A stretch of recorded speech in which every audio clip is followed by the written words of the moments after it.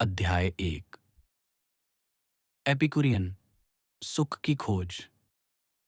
अध्याय 1 भाग 1। एपिकुरियन धर्म ग्रंथों से चयन। एपिक्यूरियनवाद जीवन का इतना सरल दर्शन है कि इसे व्याख्या की आवश्यकता ही नहीं है। वास्तव में जैसा कि निम्नलिखित उद्धरण दर्शाते हैं, यह मूल रूप से साधारण जीवन जीने के लिए निर्देशों के एक समूह से अधिक कुछ नहीं था, जिसमें सुख को सरलीकरण सिद्धांत माना जाता था। अन्य दर्शनों की अधिक सूक्ष्म शिक्षाओं को व्याख्यात्मक कथन द्वारा प्रस्तुत किया जाना आवश्यक होगा, या फिर जैसे जैसे वे आगे बढ़ेंगी उनके साथ एक निरंतर टिप्पणी भी होनी चाहिए। हालांकि एपिकुरियनवाद को समझने का सबसे अच्छा तरीका यह है कि एपिकुरस और उनके शिष्यों को स्वयं बोलने दिया जाए। तदनुसार जैसे धार्मिक सेवाओं में धर्मोपदेश से पहले धर्म ग्रंथों का पाठ और भजनों का गायन होता है, वैसे ही हम एपिक्यूरियन जीवन दर्शन के अपने अध्ययन की शुरुआत उनके धर्म ग्रंथों और भजनों से चयन करके करेंगे। सबसे पहले गुरु बोलेंगे। हालांकि दुर्भाग्य से वे शैली के उतने अच्छे गुरु नहीं हैं जितने उनके कई शिष्य हैं। एपिकुरस की शिक्षा का सार निम्नलिखित अंशों में निहित है। हमारे सभी कार्यों का लक्ष्य पीड़ा और भय से मुक्त होना है, और जब एक बार हम इसे प्राप्त कर लेते हैं तो आत्मा का सारा तूफान शांत हो जाता है, क्योंकि जीवित प्राणी को किसी कमी को खोजने या किसी और चीज की खोज करने की जरूरत नहीं है जिससे आत्मा और शरीर का भला हो सके। इसलिए हम आनंद को एक धन्य जीवन का अल्फा और ओमेगा कहते हैं। आनंद हमारा पहला और समान भला है। इससे ही हर चुनाव और हर द्वेष की शुरुआत होती है, और हम इसी पर वापस आते हैं और भावना को वह नियम बनाते हैं जिसके द्वारा हर अच्छी चीज का न्याय किया जाता है। जब हम कहते हैं कि सुख ही अंत और उद्देश्य है, तो हमारा तात्पर्य इंद्रियों के सुखों या कामुकता के सुखों से नहीं है, जैसा कि कुछ लोग हमें समझते हैं, जो या तो अज्ञानी हैं और अन्य विचारों के प्रति पूर्वाग्रही हैं, या हमारे कथनों की गलत व्याख्या करने के लिए प्रवृत्त हैं। सुख से हमारा तात्पर्य शरीर में दर्द और आत्मा में परेशानी का अभाव है। यह मद्यपान और मौज मस्ती का एक निरंतर क्रम नहीं है, न ही मछली और किसी शानदार मेज पर अन्य व्यंजनों का आनंद लेना, जो एक सुखद जीवन का निर्माण करता है। यह गंभीर तर्क है हर विकल्प और परहेज के कारणों की खोज करना और उन विश्वासों को दूर करना जिनके माध्यम से महान उथल पुथल आत्मा पर कब्जा कर लेती है। किसी भी चीज से ज्यादा खुशी मिलती है, जैसे हस्तक्षेप से दूर रहना, कठिन कार्यों में शामिल न होना, और न ही खुद को अपनी क्षमता से परे कुछ करने के लिए मजबूर करना, क्योंकि यह सब आपके स्वभाव को उथल पुथल में डालता है। खुशी का मुख्य हिस्सा वह स्वभाव है जो हमारे अपने नियंत्रण में है।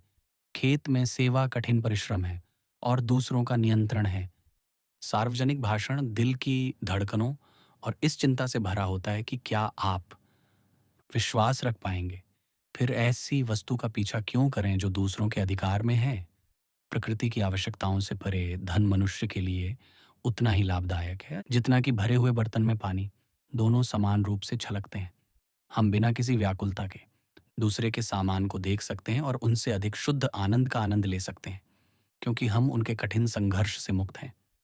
तुम्हें यह भी ध्यान रखना चाहिए कि इच्छाओं में से कुछ स्वाभाविक होती हैं और कुछ निराधार, और स्वाभाविक इच्छाओं में से कुछ स्वाभाविक होने के साथ साथ आवश्यक भी होती हैं, और कुछ केवल स्वाभाविक होती हैं।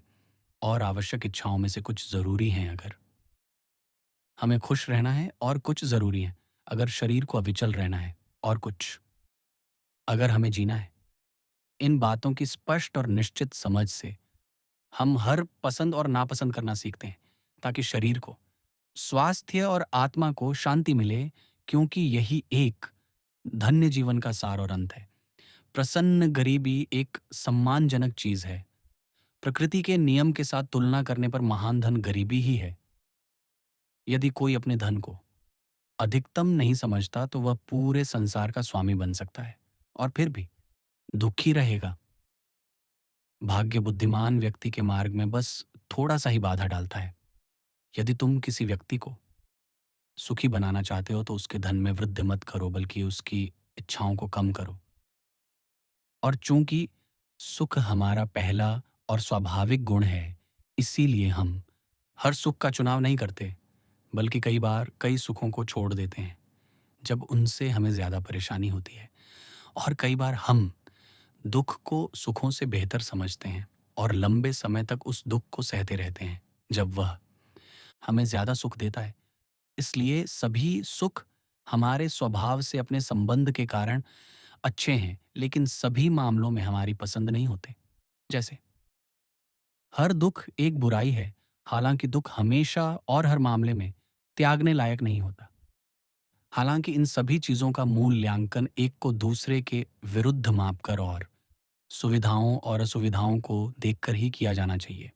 कभी-कभी हम अच्छे को बुरा और इसके विपरीत बुरे को अच्छा मानते हैं, और हम बाहरी वस्तुओं से स्वतंत्रता को एक महान अच्छाई मानते हैं, न कि इसलिए कि हमेशा कम उपयोग करें, बल्कि इसलिए कि अगर हमारे पास बहुत कुछ नहीं है, तो हम थोड़े से संतुष्ट रहें। इस बात पर पूरी तरह से आश्वस्त होना कि विलासिता का सबसे मधुर आनंद उन्हें ही मिलता है, जिन्हें इसकी सबसे कम आवश्यकता होती है, और जो कुछ भी स्वाभाविक है, वह आसानी से प्राप्त हो जाता है, और केवल व्यर्थ और बेकार चीज़ें ही प्राप्त करना कठिन होता है। सादा भोजन उतना ही आनंद देता है जितना कि महंगा भोजन, जब एक बार अभाव से उत्पन्न पीड़ा दूर हो जाती है। और रोटी और पानी सबसे अधिक आनंद देते हैं, जब उन्हें भूखे होठों तक पहुंचाया जाता है। इसीलिए सादा और सस्ते भोजन का अभ्यस्त होना स्वास्थ्य के लिए आवश्यक सभी चीजें प्रदान करता है, और एक व्यक्ति को बिना किसी हिचकिचाहट के जीवन की आवश्यकताओं को पूरा करने में सक्षम बनाता है। और यह हमें बेहतर स्थिति में रखता है जब हम कभी कभार महंगा भोजन प्राप्त करते हैं, और हमें भाग्य से निडर बनाता है। प्रकृति के अनुसार धन सीमित होता है और इसे आसानी से प्राप्त किया जा सकता है, लेकिन व्यर्थ कल्पनाओं द्वारा प्राप्त धन का न तो कोई अंत होता है और न ही सीमा। जिसने जीवन की सीमाओं को समझ लिया है, वह जानता है कि वह सब पाना कितना आसान है। जो अभाव के दर्द को दूर करता है, और वह सब जो हमारे जीवन को हर मोड़ पर परिपूर्ण बनाने के लिए आवश्यक है। इस तरह उसे किसी ऐसी चीज की जरूरत नहीं है जिसमें कोई प्रतिस्पर्धा शामिल हो। शुरुआत और सबसे बड़ा भला विवेक है। इसलिए विवेक दर्शन से भी ज्यादा कीमती चीज है। इससे सभी अन्य गुण विकसित होते हैं, क्योंकि यह सिखाता है कि हम ऐसा सुखमय जीवन नहीं जी सकते जो विवेक, सम्मान और न्याय का जीवन न हो। न ही ऐसा विवेक, सम्मान और न्याय का जीवन जी सकते हैं जो आनंद का जीवन न हो, क्योंकि सद्गुण एक सुखद जीवन के साथ एकाकार हो गए हैं, और एक सुखद जीवन उनसे अविभाज्य है। जीवन की समग्र खुशी के लिए बुद्धि द्वारा प्राप्त की जाने वाली सभी चीजों में सबसे बड़ी चीज मित्रता प्राप्त करना है। हमें खाने पीने की चीजों की तलाश करने से पहले साथ खाने पीने के लिए लोगों की तलाश करनी चाहिए। बिना मित्र के भोजन करना शेर और भेड़िए का जीवन है। सब कुछ ऐसे करो जैसे एपिकुरस की नजर तुम पर हो, अपने आप में विलीन हो जाए। हमें किसी अच्छे व्यक्ति को चुनना चाहिए और उसे हमेशा अपनी नज़रों के सामने रखना चाहिए, ताकि हम मानो उसकी निगरानी में रह सकें और उसकी नज़र में सब कुछ कर सकें। कोई भी किसी दूसरे से अपने हित के अलावा प्रेम नहीं करता। मूर्खता के साथ आने वाली अन्य बुराइयों में से एक ये है, वह हमेशा जीने की शुरुआत करती है। मूर्खतापूर्ण जीवन बेचैन और अप्रिय होता है। वह पूरी तरह से भविष्य में डूबा रहता है। हम एक बार जन्म लेते हैं, दो बार हम जन्म नहीं ले सकते, और हमेशा के लिए हमारा अस्तित्व ही नहीं रहेगा। लेकिन तुम, जो कल के स्वामी नहीं हो, सही समय को टालते हो।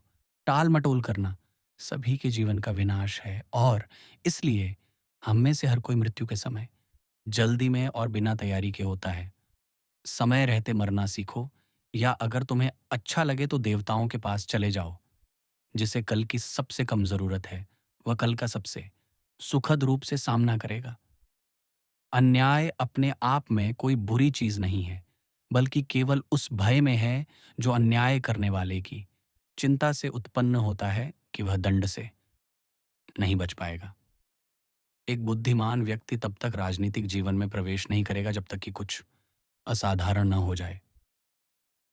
स्वतंत्र व्यक्ति उन लोगों पर अपनी स्वतंत्र हंसी उड़ाएगा जिन्हें लाइकर्गस और सोलोन की सूची में गिना जाना चाहिए। मोक्ष का पहला कर्तव्य है अपनी शक्ति को बनाए रखना और पागल करने वाली इच्छाओं के परिणाम स्वरूप अपने जीवन को अपवित्र होने से बचाना। अपने आप को इस विश्वास में ढालो कि मृत्यु हमारे लिए कुछ भी नहीं है, क्योंकि अच्छाई और बुराई केवल वहीं है जहाँ उन्हें महसूस किया जाता है, और मृत्यु सभी भावनाओं का अभाव है। इसलिए यह सही समझ कि मृत्यु हमारे लिए कुछ भी नहीं है, जीवन की नश्वरता को आनंददायक बनाती है।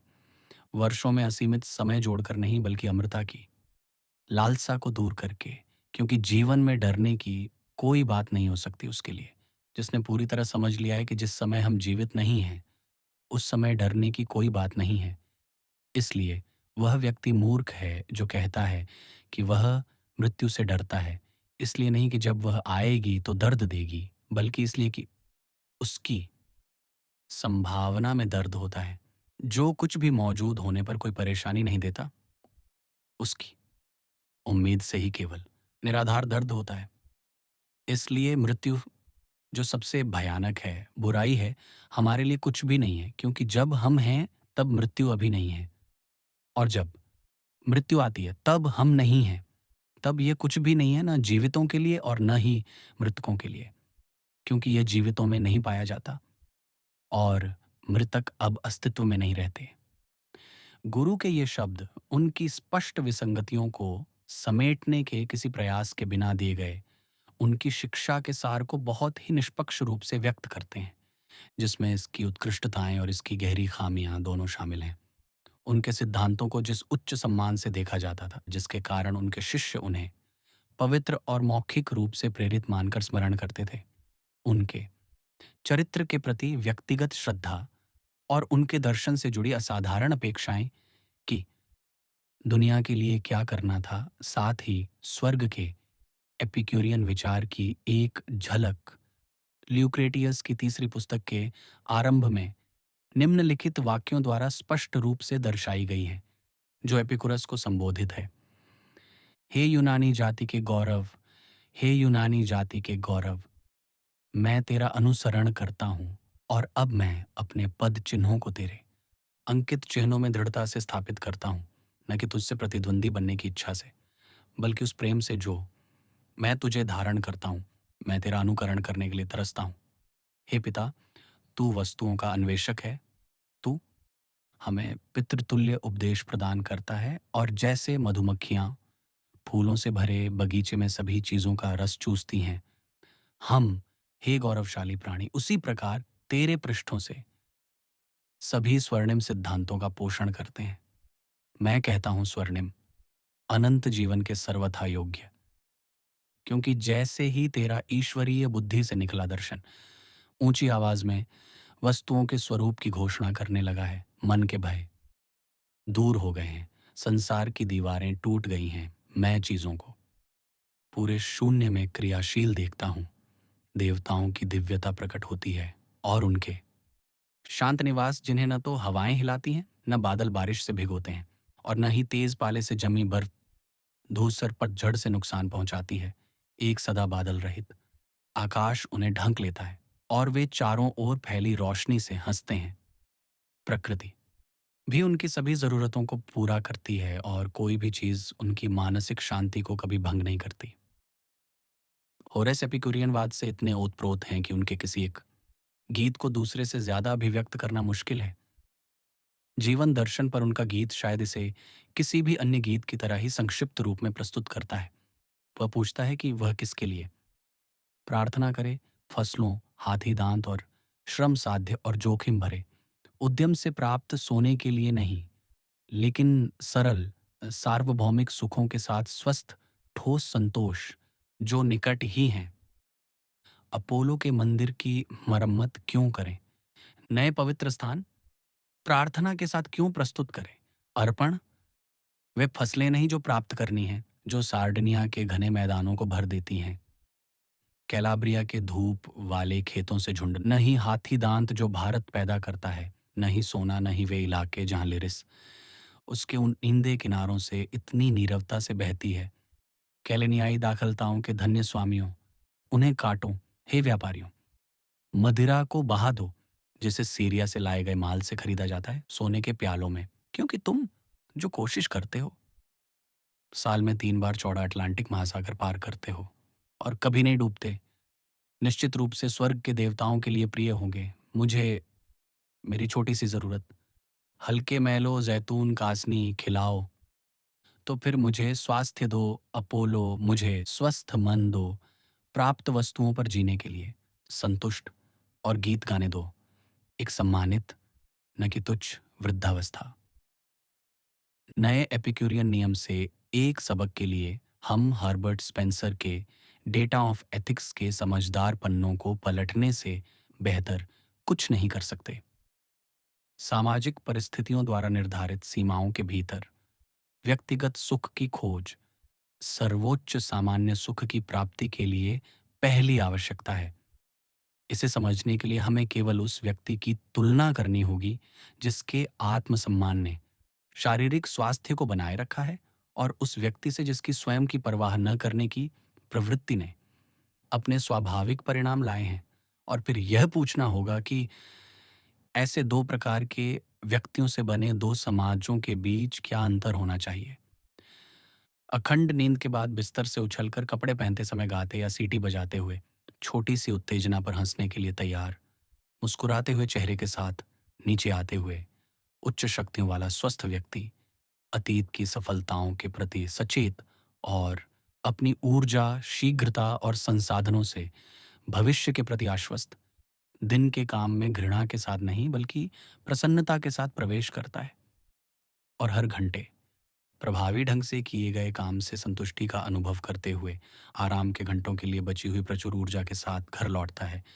यह उस व्यक्ति के साथ बिल्कुल अलग है जो स्वयं की घोर उपेक्षा से कमजोर हो गया है, पहले से ही कमजोर। उसकी ऊर्जाएं लगातार ऐसे कार्यों को करने के प्रयासों से और भी कमजोर हो जाती हैं जो उसकी क्षमता से परे साबित होते हैं, और परिणाम स्वरूप निराशा से।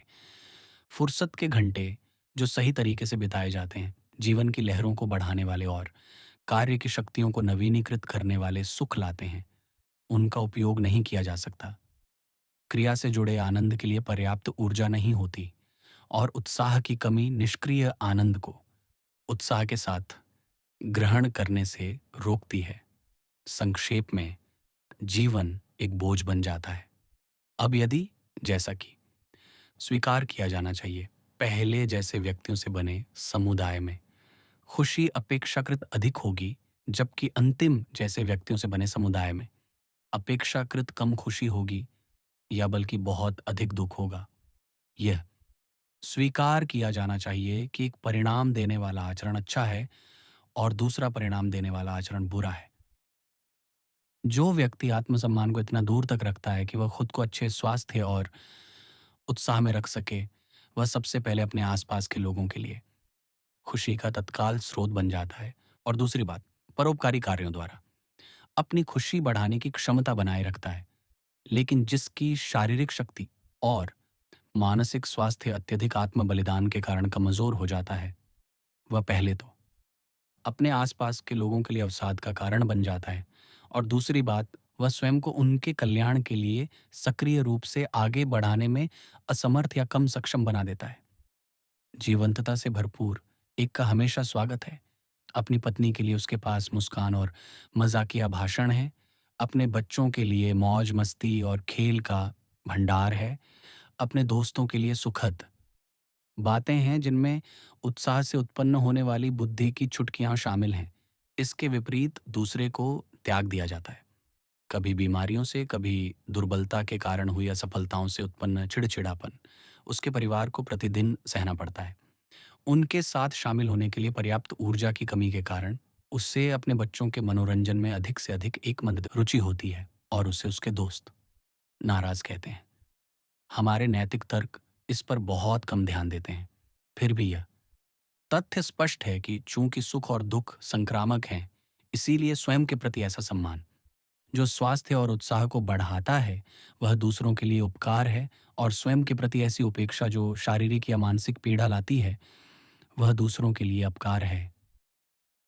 पर्याप्त रूप से अहंकारी व्यक्ति उन वे शक्तियां जो परोपकारी गतिविधियों को संभव बनाती हैं। जो व्यक्ति अपर्याप्त रूप से अहंकारी होता है, वह परोपकारी होने की अपनी क्षमता को कमोबेश खो देता है। एक प्रस्तावना की सच्चाई स्वयं सिद्ध है। और दूसरे की सच्चाई हमें प्रतिदिन उदाहरणों द्वारा थोपी जाती है। उनमें से कुछ पर ध्यान दें। यहाँ एक माँ है जिसका पालन पोषण सुसंस्कृत लोगों में प्रचलित पागलपन भरे तरीके से हुआ है, जिसका शरीर अपने शिशु को दूध पिलाने के लिए पर्याप्त मजबूत नहीं है, लेकिन जो यह जानती है कि उसका प्राकृतिक भोजन सर्वोत्तम है और उसके कल्याण के लिए चिंतित है, वह अपने शरीर की क्षमता से अधिक समय तक दूध पिलाती रहती है। अंततः संचित प्रतिक्रिया अपना असर दिखाती है। थकावट आती है जो शायद क्षीणता के कारण बीमारी में बदल जाती है, कभी कभी मृत्यु में समाप्त हो जाती है और अक्सर पुरानी कमजोरी का कारण बनती है। वह शायद कुछ समय के लिए, शायद हमेशा के लिए घरेलू काम करने में असमर्थ हो जाती है। उसके अन्य बच्चे मातृ ध्यान के अभाव से पीड़ित होते हैं और जहां आमदनी कम है, नर्स और डॉक्टर का खर्च पूरे परिवार पर भारी पड़ता है। उदाहरण के लिए कि फिर से पिता के साथ अक्सर यही होता है। इसी तरह दायित्व की तीव्र भावना से प्रेरित होकर और वर्तमान नैतिक सिद्धांतों से इस धारणा में बहकर कि आत्मत्याग किसी भी हद तक किया जा सकता है, वह रोजाना अपना कार्यालय का काम लंबे समय तक जारी रखता है, चाहे उसका सिर गर्म हो या पैर ठंडे, और खुद को सामाजिक सुखों से वंचित रखता है, जिसके लिए वह सोचता है कि उसके पास न तो समय है और न ही पैसा। इस पूरी तरह से अहंकारहीन रास्ते का क्या नतीजा होता है? अंततः अचानक पतन, अनिद्रा, काम करने में असमर्थता, वह आराम जो वह खुद को नहीं देता था जब उसकी संवेदनाएं उसे प्रेरित करती थीं, अब उसे लंबे समय तक लेना पड़ता है। अपने परिवार के लाभ के लिए रखी गई अतिरिक्त कमाई जल्दी ही ठीक होने में मदद के लिए महंगी यात्राओं और बीमारी से जुड़े कई खर्चों में खत्म हो जाती है। अपनी संतान के लिए अपना कर्तव्य निभाने की बढ़ी हुई क्षमता के बजाय अब अक्षमता आ जाती है। उन पर जीवन भर की बुराइयां आशा की खुशियों की जगह ले लेती हैं, और अपर्याप्त अहंकार के सामाजिक प्रभावों के साथ भी ऐसा ही है। सभी श्रेणियां स्वयं की अत्यधिक उपेक्षा से समाज पर पड़ने वाले सकारात्मक और नकारात्मक नुकसानों के उदाहरण प्रस्तुत करती हैं। अब मामला एक ऐसे मजदूर का है जो अपनी भावनाओं के हिंसक विरोधों के बावजूद तपती धूप में ईमानदारी से अपना काम जारी रखता है, लू लगने से मर जाता है और अपने परिवार को पल्ली पर बोझ बना देता है। अब मामला एक क्लर्क का है जिसकी आंखें अत्यधिक परिश्रम के कारण हमेशा के लिए खराब हो जाती हैं, या जो अपनी उंगलियों में दर्द के बाद भी घंटों लिखता रहता है। उसे स्क्रिवेनर पाल्सी हो जाती है और वह बिल्कुल भी नहीं लिख पाता। बुजुर्ग माता पिता के साथ गरीबी में डूब जाता है, जिसे कम करने के लिए दोस्तों की मदद ली जाती है। और अब मामला एक ऐसे व्यक्ति का है जो सार्वजनिक उद्देश्यों के लिए समर्पित है, जो निरंतर प्रयास से अपने स्वास्थ्य को बिगाड़ रहा है और वह सब हासिल करने में विफल रहता है जो वह दूसरों के लिए काम करने और अपनी ज़रूरतों को पूरा करने के बीच अपने समय के अधिक उचित बंटवारे से हासिल कर सकता था। इस लंबे गद्य अंश के बाद आइए हम आधुनिक एपिक्यूरियन कवियों की ओर रुख करें।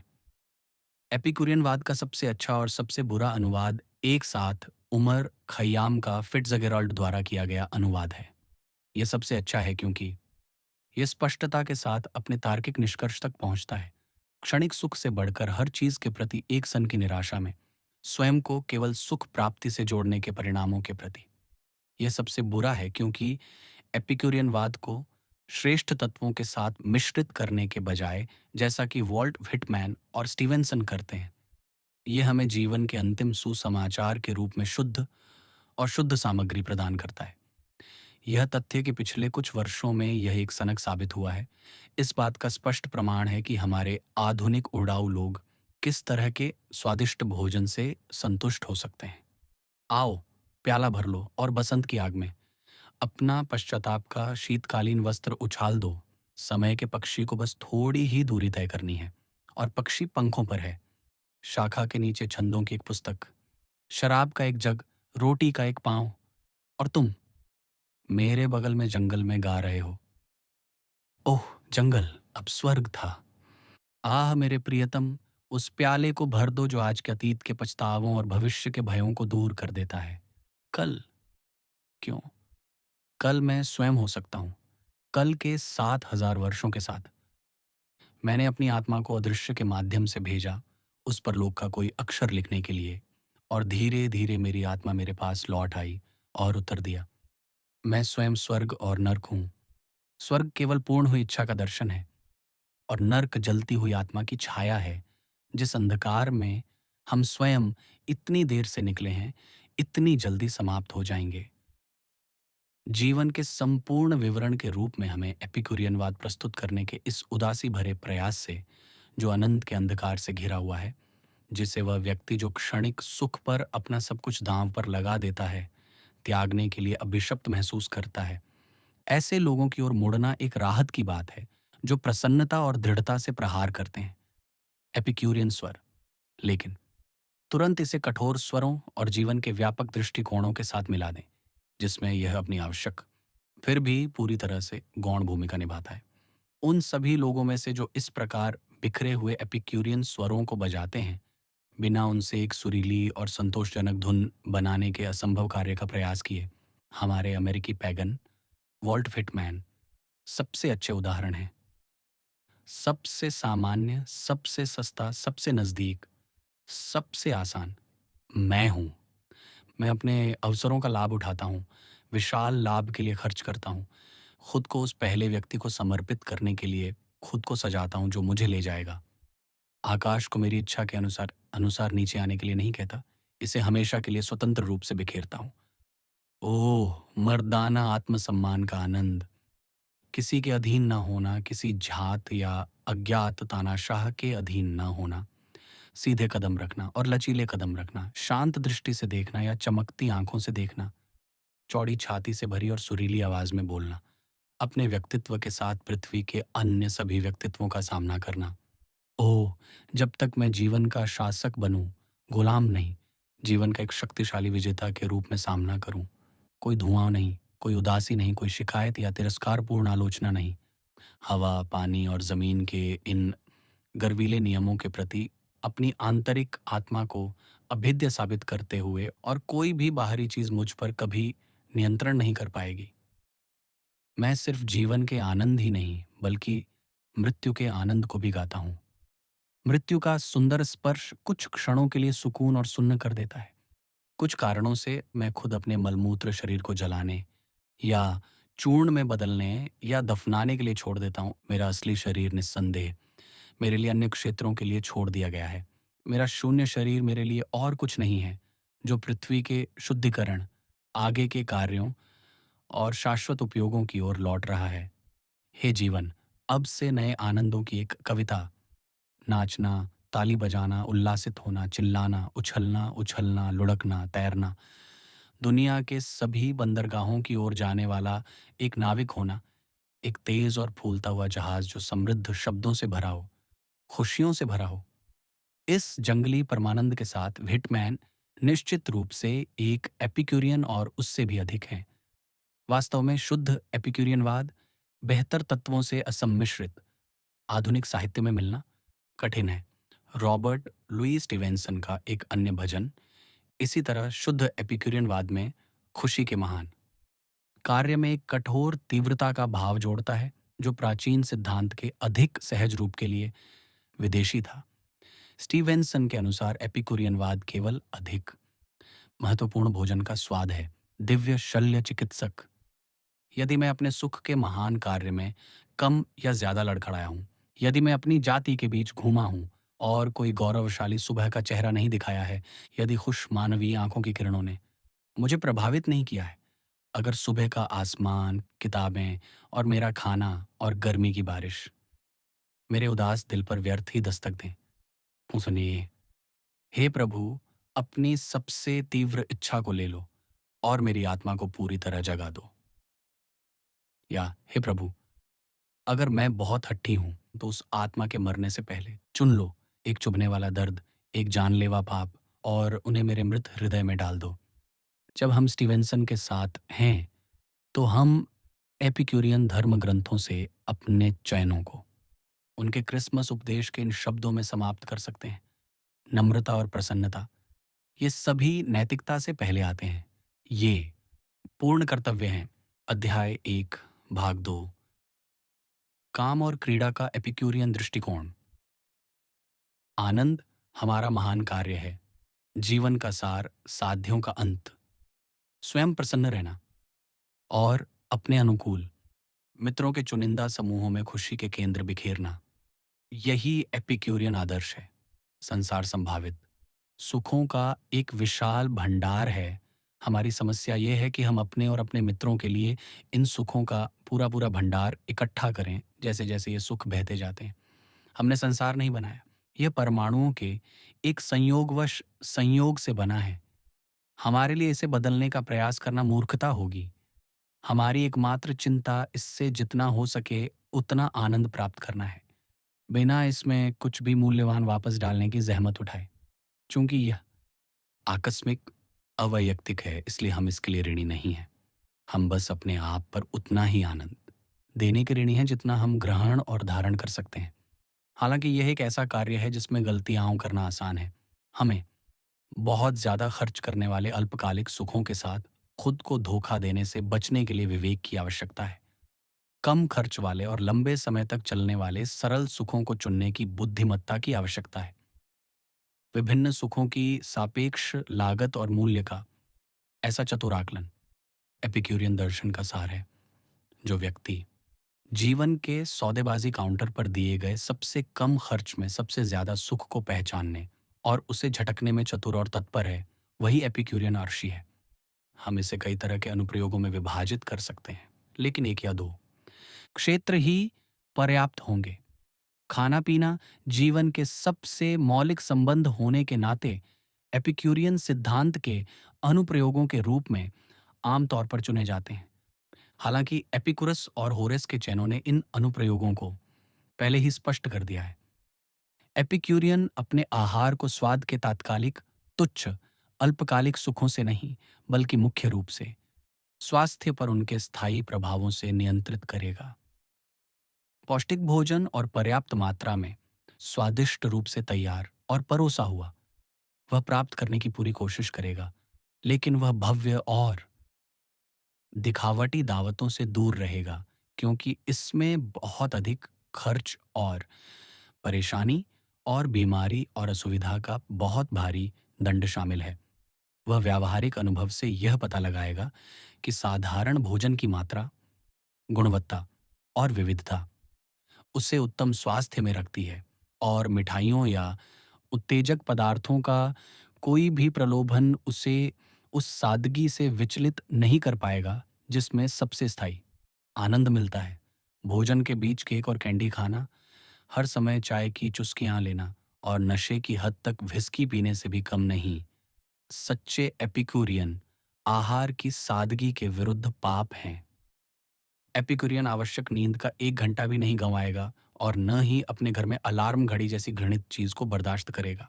अगर वह खुद को सुबह जागने देता है तो यह वैसा ही होगा जैसा थॉमस बी रीड करते थे जब वह बोडोइन कॉलेज में एक छात्र के रूप में 6 बजे चैपल में होना अनिवार्य था।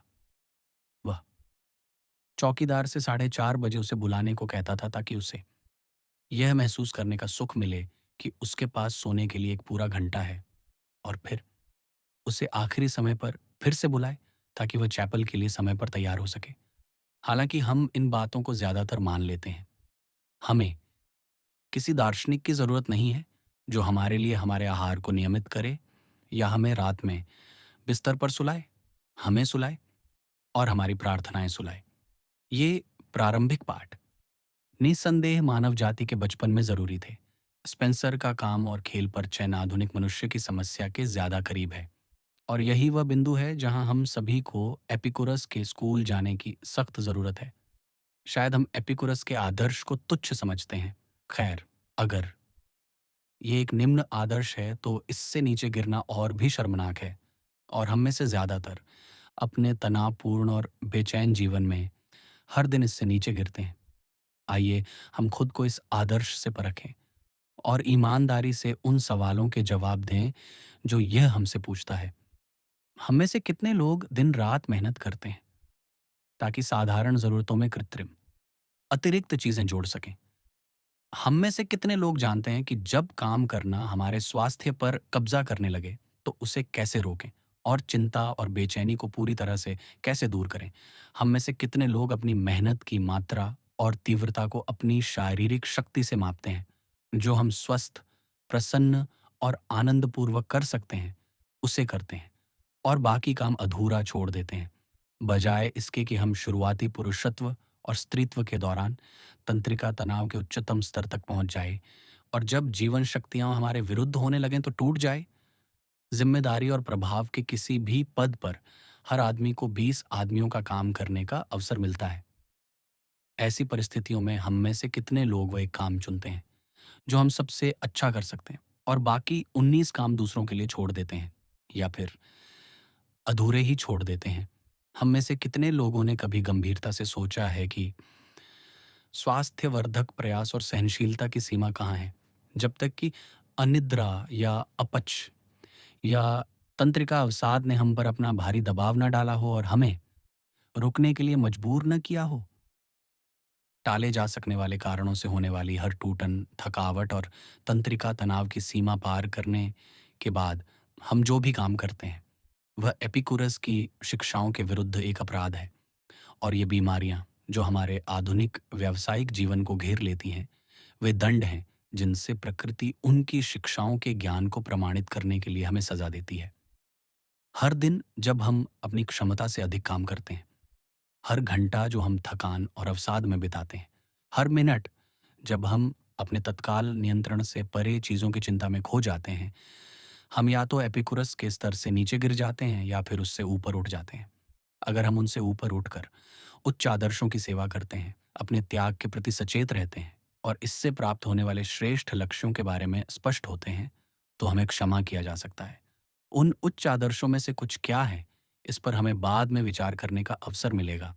लेकिन किसी रैंक बुक या अन्य में उच्च अंक प्राप्त करने, किसी के झूठे अहंकार को संतुष्ट करने, थोड़ा और सोना इकट्ठा करने, जितना हम बुद्धिमानी से खर्च कर सकते हैं, या हमारे बच्चे बिना किसी कमजोरी के विरासत में पा सकते हैं, अपने पड़ोसी के घर या हमारे खर्चे से बड़े घर में रहने, ऐसे उद्देश्यों के लिए काम करना है उस बिंदु से आगे जहाँ काम स्वस्थ और सुखद है, एक ऐसा पाप है जिसे न तो एपिकुरस और न ही प्रकृति क्षमा करेगी।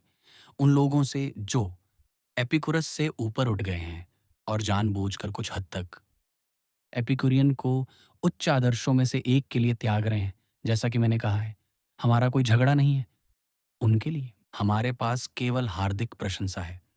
हम उस माँ से नहीं कहते जिसका बच्चा खतरनाक रूप से बीमार है, किसी राजनेता से जो राजनीतिक संकट में है, या किसी कलाकार से जब उसके महान कार्य की कल्पना उसके मन में आती है कि वह फिलहाल अपनी शक्ति की सीमाओं और पूर्ण स्वास्थ्य की शर्तों पर ध्यान दे। हम उनसे बस यही मांग करते हैं कि बाद में जब बच्चा ठीक हो जाए, जब संकट टल जाए, जब तस्वीर बन जाए, तब वे श्रद्धा और विनम्रता से एपिकुरस को या प्रकृति को, जिसका वह प्रतिनिधित्व करता है, अपने पाप की सजा पूर्ण विश्राम और विश्राम की एक अवधि के द्वारा चुकाए। हमें कभी-कभी तनाव सहना पड़ता है और प्रकृति हमें क्षमा कर देगी यदि हम इसे बार-बार न लें। लेकिन हमें अपने तनावों को एक साथ नहीं रखना चाहिए। हमें एक तनाव से दूसरे तनाव में और फिर दूसरे तनाव में बिना विश्राम के अंतराल के नहीं जाना चाहिए। हमें तनाव के रवैये को पुराना नहीं बनने देना चाहिए और एक नैतिक टेटनस में विकसित नहीं होने देना चाहिए, जो हमें हमेशा बैठने और आनंद लेने में असमर्थता के कारण तनाव के बोझ तले दबाए रखता है। एपिकुरस हमें अत्यधिक काम से जो कुछ मिलता है उसे जरूरी खेल में जोड़ने के लिए कहते थे। खेल एक ऐसी व्यवस्था है जिसके द्वारा हम कृत्रिम रूप से अत्यधिक केंद्रित रूप में वह आनंद प्राप्त करते हैं जो सामान्य जीवन में लंबी अवधि में बिखरा रहता है और केवल क्षीण रूप में ही प्राप्त किया जा सकता है। खेल मानव जाति के महान मौलिक सुखों को व्यक्ति के नियंत्रण में रखता है। उदाहरण के लिए फुटबॉल आज के छात्र को उसके बर्बर पूर्वजों के युद्ध में आवश्यक आनंद देता है। साथ ही आधुनिक फील्ड मार्शल को सूक्ष्म त्रासदी में आनंद भी देता है। बेसबॉल वह तीव्र उत्साह देता है जो आपात स्थितियों में गति, सटीकता और चतुराई से आता है। गोल्फ हल्के रूप में हमें वह आनंद देता है जो अच्छी संगति और खुली हवा में निशाने की सटीकता और परिस्थितियों की गणना से आता है। बिलियर्ड्स पूरे दिन अपनी मेज पर ठिठके रहने वाले क्लर्क को एक नाजुक स्पर्श का आनंद देता है जो अन्यथा उसके कारीगर भाई की अनन्य संपत्ति होती। ताश के विभिन्न खेल मैकेनिक और गृहिणी को शाम के समय उन उत्सुक रुचियों का अनुभव कराते हैं जो बैंकर और दलाल के दिनों में भरी होती हैं। चेकर्स और शतरंज उनके घरों में सबसे विनम्र लोगों को जनरल और एडमिरल के सुखों का कुछ स्पर्श देते हैं। नृत्य व्यवस्थित अभिव्यक्ति की सीमा तक उस आनंद को पहुंचाता है जो विपरीत लिंग के व्यक्ति और वो उपस्थिति में है, जिसे अन्यथा तब तक स्थगित करना पड़ता जब तक कि युवा स्थायी संबंधों की अधिक गंभीर जिम्मेदारियां संभालने में सक्षम न हो जाए। नौकायन, घूमना, बाहर डेरा डालना, शिकार करना, मछली पकड़ना, पहाड़ पर चढ़ना, ये सभी अध्ययनशील, परिश्रमी शहरी लोगों के जीवन में उन मौलिक सुखों को लाने के साधन हैं जिन पर अन्यथा नाविकों, मछुआरों, वनपालों और खोजकर्ताओं का एकाधिकार होता। तैराकी, स्केटिंग, साइकिल चलाना, घोड़ा या कार चलाना, ये सभी वह गहन आनंद देते हैं जो सुंदर और शक्तिशाली गति में महारत हासिल करने से आता है। रंगमंच जो नाटक के विशिष्ट सार को इतनी विशिष्टता से दर्शाता है कि इसके प्रदर्शनों ने इस नाम को अपना बना लिया है, हमें कुछ ही घंटों में कई व्यक्तियों के संक्षिप्त अनुभव से गुजार देता है जो हमारे व्यक्तिगत जीवन से बहुत दूर की परिस्थितियों में कई वर्षों तक फैला रहता है। कविता, उपन्यास, जीवनियाँ, इतिहास, चित्रकला, संगीत और कला के सभी रूप हमारे लिए यही कार्य करते हैं। वे हमें हमारी स्थानीय और लौकिक स्थिति से बाहर निकालते हैं और हमें दूसरे दिनों और दूसरी धरती पर दूसरे रीति रिवाजों और वेशभूषाओं में जीने देते हैं और अनुभव की उस दुनिया को इतना व्यापक बना देते हैं जिसे हम कल्पनाशीलता से अपना बना लेते हैं। इसके अलावा नाटक और कला के सभी रूपों में साध्य कृत्रिम रूप से सरल बना दिए जाते हैं, साधन अलौकिक रूप से सुलभ बना दिए जाते हैं ताकि वास्तविक कार्य की तरह परिणामों के संदेह में वर्षों तक मेहनत करने के बजाय हम नाटक में अनुभव करते हैं और कलात्मक प्रस्तुति में सामग्री के चयन की पूरी प्रक्रिया को देखते हैं और उन्हें कुछ ही मिनटों में या अधिकतम कुछ ही घंटों में एक सफल परिणाम के रूप में डालते हैं। यह सब दूर के लक्ष्यों को आत्मविश्वास के साथ पूरा करने और वास्तविक कार्य के अधिक कठिन साधनों को जुटाने की हमारी क्षमता पर प्रतिक्रिया करता है। यह साधनों को लक्ष्यों के अधीन करने और प्रक्रिया के साथ साथ परिणाम में भी आनंद लेने की हमारी क्षमता का विस्तार और लचीलापन करता है।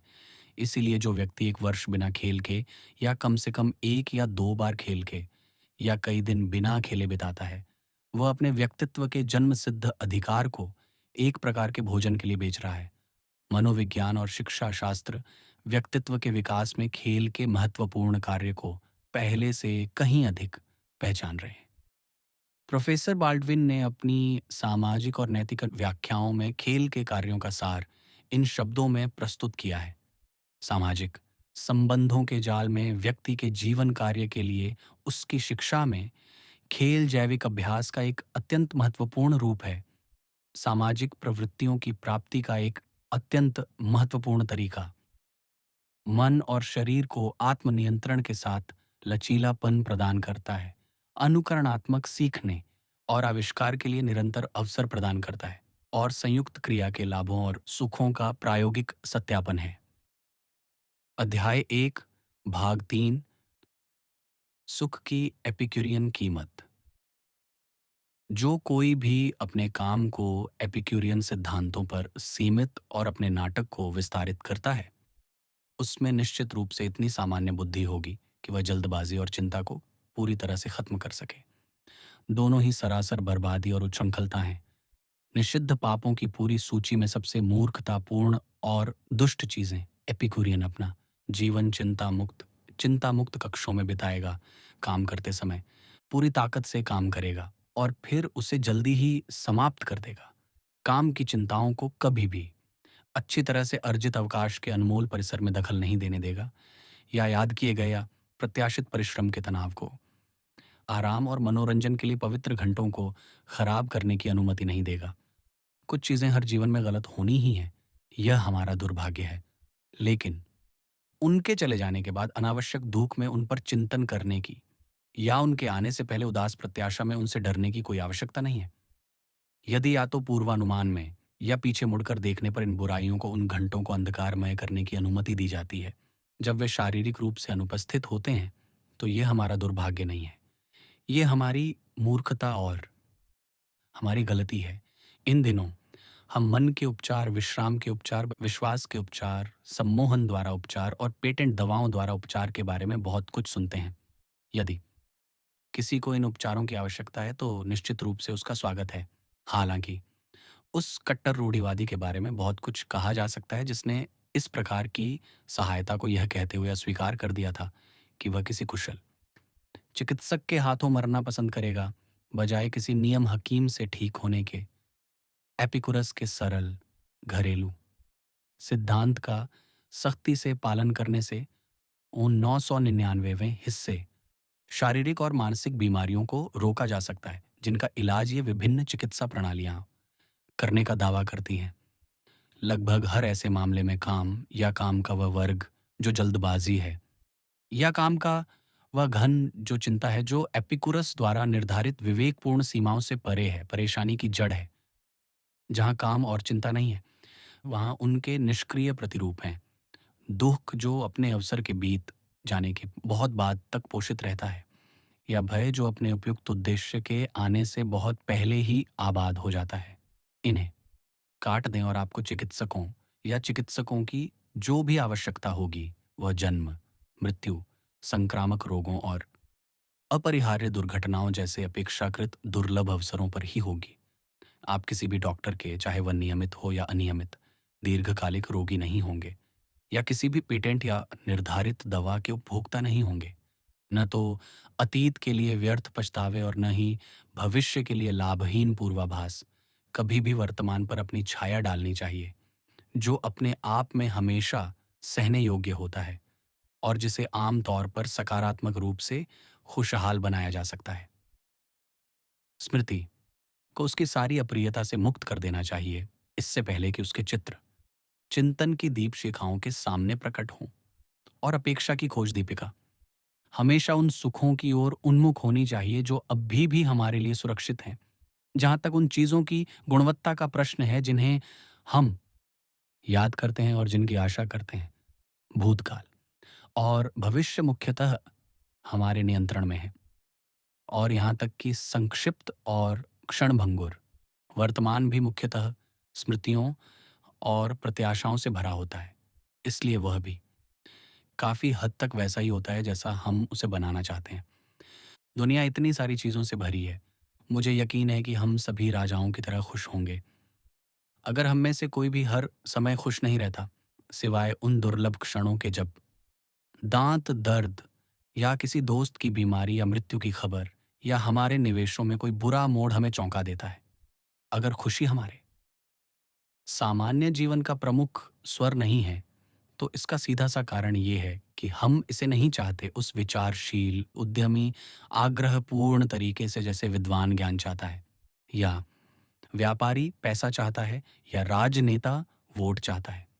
जो कोई भी अपने दैनिक सुखों की विवेकपूर्ण योजना बनाने, उन उद्यमों और भोगों का अथक त्याग करने की कीमत चुकाने को तैयार है जो आनंद में वापसी की तुलना में अधिक दर्द देते हैं। जो कोई भी अपने पिछले जीवन की उन चीज़ों को बेरहमी से काट देगा जिन पर वह आनंद से नहीं रह सकता, और उन विचारों को काट देगा जो भय को जन्म देते हैं। जो कोई भी खुशी के लिए इस एपिक्यूरियन कीमत को चुकाने को तैयार है, वह इसे उतनी ही जल्दी और उतनी ही बार पा सकता है जितनी बार वह इन सिद्धांतों के एक वफादार और सुसंगत अनुप्रयोग के लिए नकद भुगतान करता है।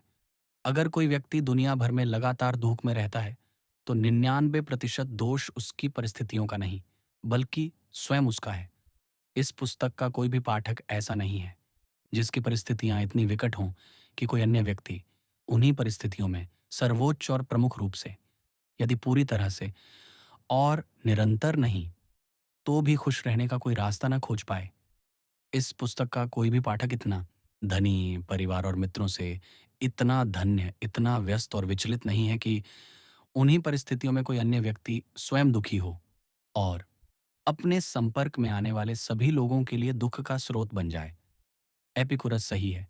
कि खुशी हर समय नीलामी में रहती है और जब भी खरीदार पर्याप्त ऊंची बोली लगाता है तो उसे ढेरों में बेचा जाता है और कीमत बहुत ज़्यादा नहीं है।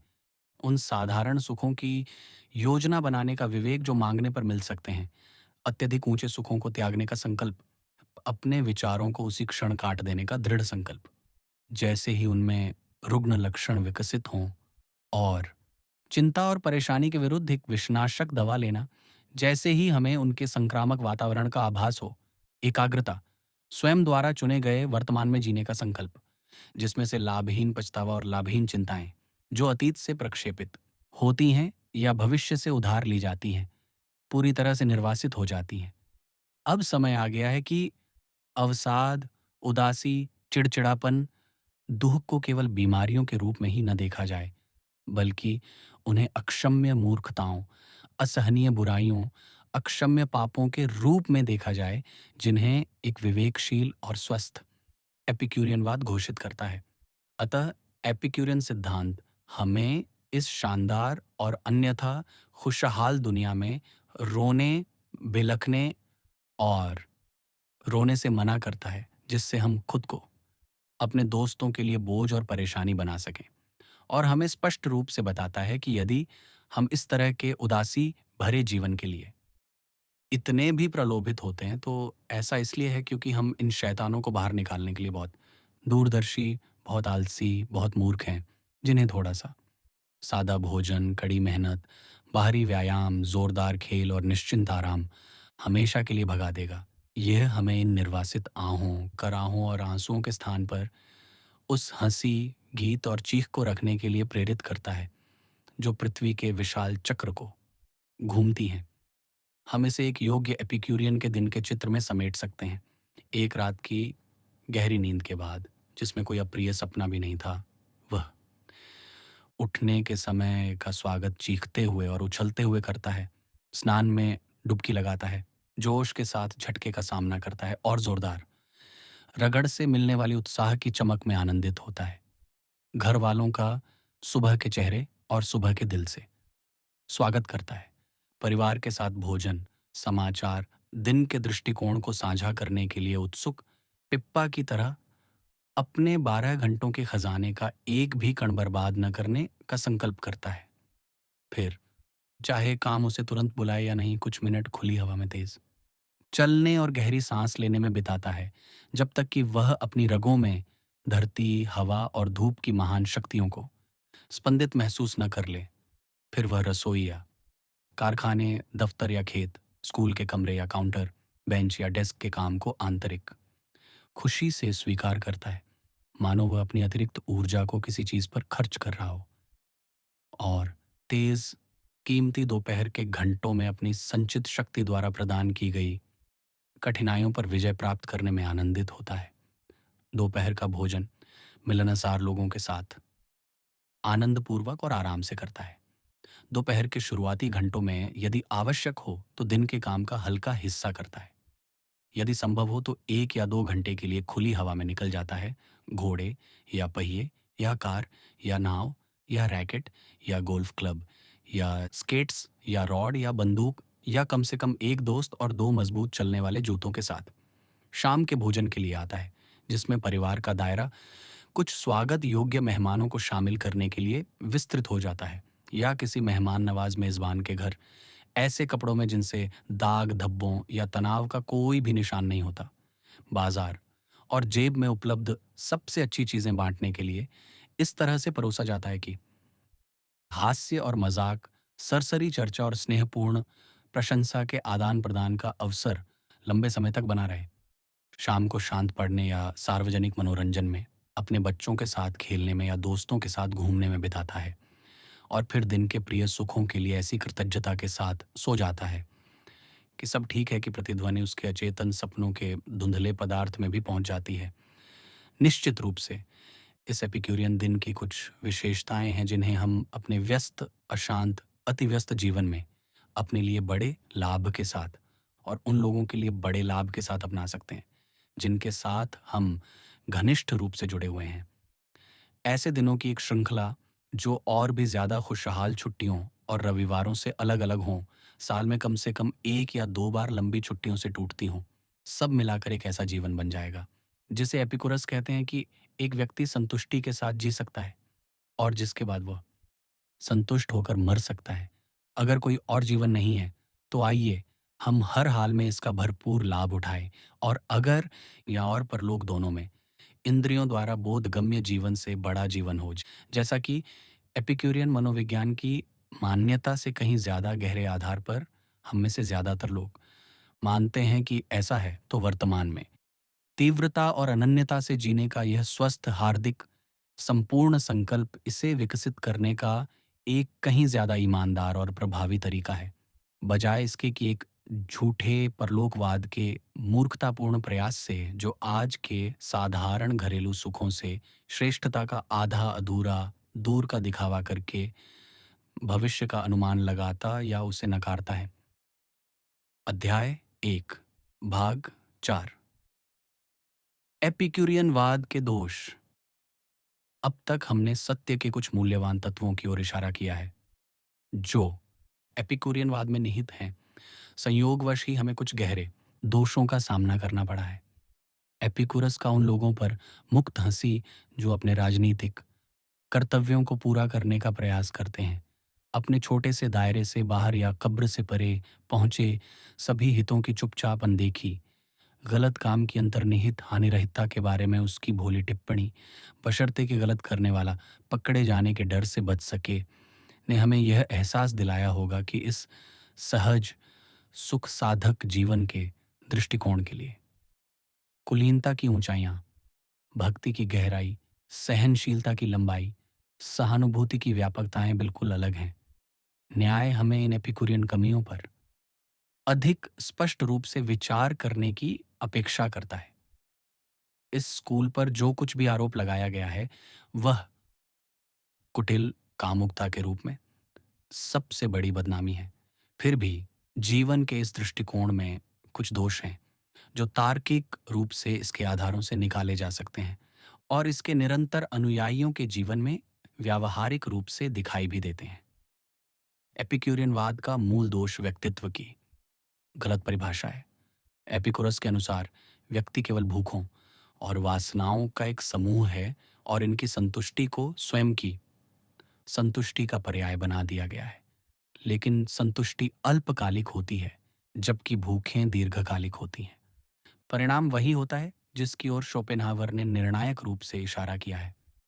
लंबी अवधियों के दौरान जब इच्छाएं अतृप्त जलती रहती हैं, तो आनंद का संतुलन हमारे विरुद्ध होता है।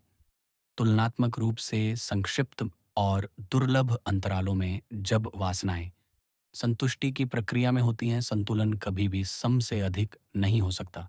इसलिए किसी भी अवधि के अंत में, चाहे वो 1 सप्ताह हो, 1 वर्ष हो या जीवन भर, दुनिया के साथ हमारा लेखा-जोखा इस प्रकार होगा: जमा, कुछ दुर्लभ, संक्षिप्त क्षण। वे क्षण भी जो बहुत पहले ही शून्य में विलीन हो गए हैं, जब भूख और जुनून तृप्ति की प्रक्रिया में थे। आर्ण, अधिकांश क्षण जो कुल मिलाकर लगभग पूरी अवधि के बराबर हैं, जब भूख और जुनून उस संतुष्टि के लिए तड़प रहे थे जो मिल नहीं रही थी। एपिक्यूरियन लेखा-बही की बार-बार जांच से स्पष्ट निष्कर्ष वही है जिसे शोपेनहावर इतने विजयी ढंग से प्रदर्शित करते हैं: निराशावाद। जितनी जल्दी हम उन शर्तों पर व्यापार करना बंद कर देंगे, हमारे खिलाफ दर्द या अतृप्त इच्छा का संतुलन उतना ही कम होगा। पूरी तरह से स्पष्ट कहें तो उमर खयाम के भक्तों को यह स्वीकार करना होगा कि विशाल अप्राप्य और क्षुद्र प्राप्ति के बीच के दुखद अंतर पर निराशावाद, हताशा और आत्मदया का यही स्वर उनकी निर्विवाद रूप से आकर्षक पंक्तियों का रहस्य है। यहाँ उदासीन मनोरंजन साधक को इस तथ्य में सांत्वना मिलती है कि कई अन्य लोग भी उस आत्म की अवांछित चेतना को दफनाने के प्रलोभन में पड़ रहे हैं, जिसे वे शराब या किसी अन्य क्षणिक कामुक उत्तेजना से संतुष्ट नहीं कर सकते, जो उनकी आध्यात्मिक विफलता की भावना को छुपा लेगी। हालांकि एक ऐसी विफलता जिसके बारे में उन्हें यह विश्वास दिलाकर खुशी होती है कि यह इतने सारे लोगों द्वारा साझा की जाती है कि इसकी भावना को एक दर्शन के नाम से सम्मानित किया गया है। और एक कवि द्वारा गाया गया है। आनंद को सीधे सफलता के साथ नहीं खोजा जा सकता, क्योंकि आनंद अप्रत्यक्ष रूप से उन कारणों के प्रभाव के रूप में आता है जो एपिक्यूरियन दर्शन में मान्यता प्राप्त किसी भी कारण से कहीं अधिक ऊंचे, गहरे और व्यापक हैं। जो लोग स्वयं को विशाल बौद्धिक, कलात्मक, सामाजिक और आध्यात्मिक हितों में खो देते हैं, उन्हें सुख अनायास ही मिल जाता है, लेकिन लाभ की चिंता किए बिना स्वयं को इस तरह के महान त्यागना स्पष्ट रूप से सुसंगत एपिक्यूरियन पंथ से बहिष्कृत है। पहले से ही चित्रित एपिक्यूरियन जीवन के चित्र में, जबकि घरेलू अन्न राजनीतिक जीवन को एक पृष्ठभूमि के रूप में पूर्व कल्पित किया गया है, उस त्याग के बारे में कुछ नहीं कहा गया है जो एक व्यक्ति को एक शुद्ध घर और एक स्वतंत्र देश की रक्षा और समर्थन में करने के लिए कहा जाता है। इसे एपिकुरस ने स्पष्ट रूप से बहिष्कृत कर दिया था।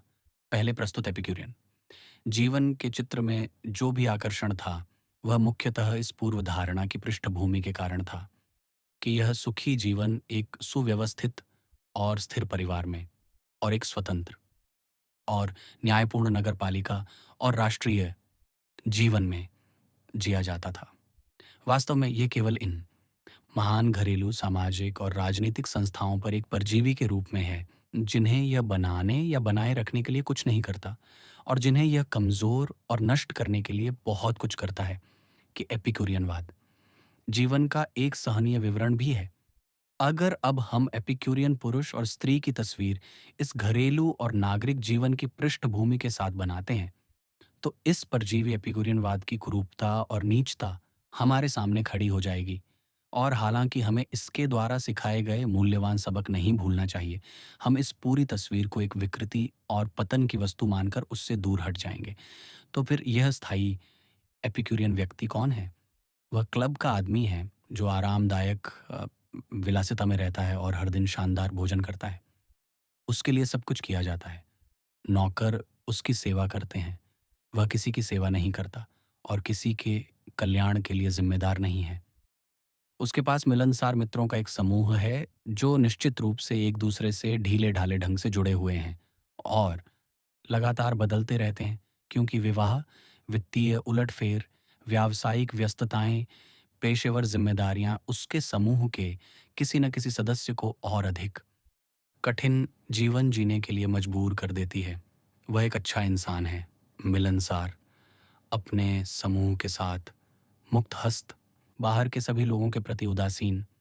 वह आमतौर पर किसी महिला को कुछ महीनों के लिए अपनी वासनाओं के साधन के रूप में काम पर रखता है, केवल उसे किसी और के द्वारा काम पर रखने के लिए छोड़ देता है, और फिर किसी और के द्वारा, जब तक कि नियत समय में उसकी मृत्यु न हो जाए, उसे परवाह नहीं कि कब और कैसे। व्यवसायी होने के नाते ये एपिक्यूरियन सहज होते हैं और इसलिए असफल होते हैं। देनदार होने के नाते वे दुनिया के सबसे कठिन लोग होते हैं जिनसे बिल वसूलना होता है। लेनदार या जमींदार होने के नाते वे अपनी जबरदस्ती में सबसे निर्दयी होते हैं। राज्य के प्रति उनकी भक्ति आमतौर पर चुनावों पर दांव लगाने तक ही सीमित होती है, जिसके परिणामों को वे उतनी ही दिलचस्पी से देखते हैं जितनी किसी घुड़दौड़ के परिणामों को। उनका धर्म उन लोगों का मजाक उड़ाने तक ही सीमित है जो रविवार की सुबह नाश्ते के समय चर्च जाने की मूर्खता करते हैं। हम सभी इन एपिक्यूरियनों को जानते हैं। हम उनके साथ व्यापार करते हैं। हम उनसे सामाजिक रूप से मिलते हैं। हम उनके साथ शालीनता से पेश आते हैं।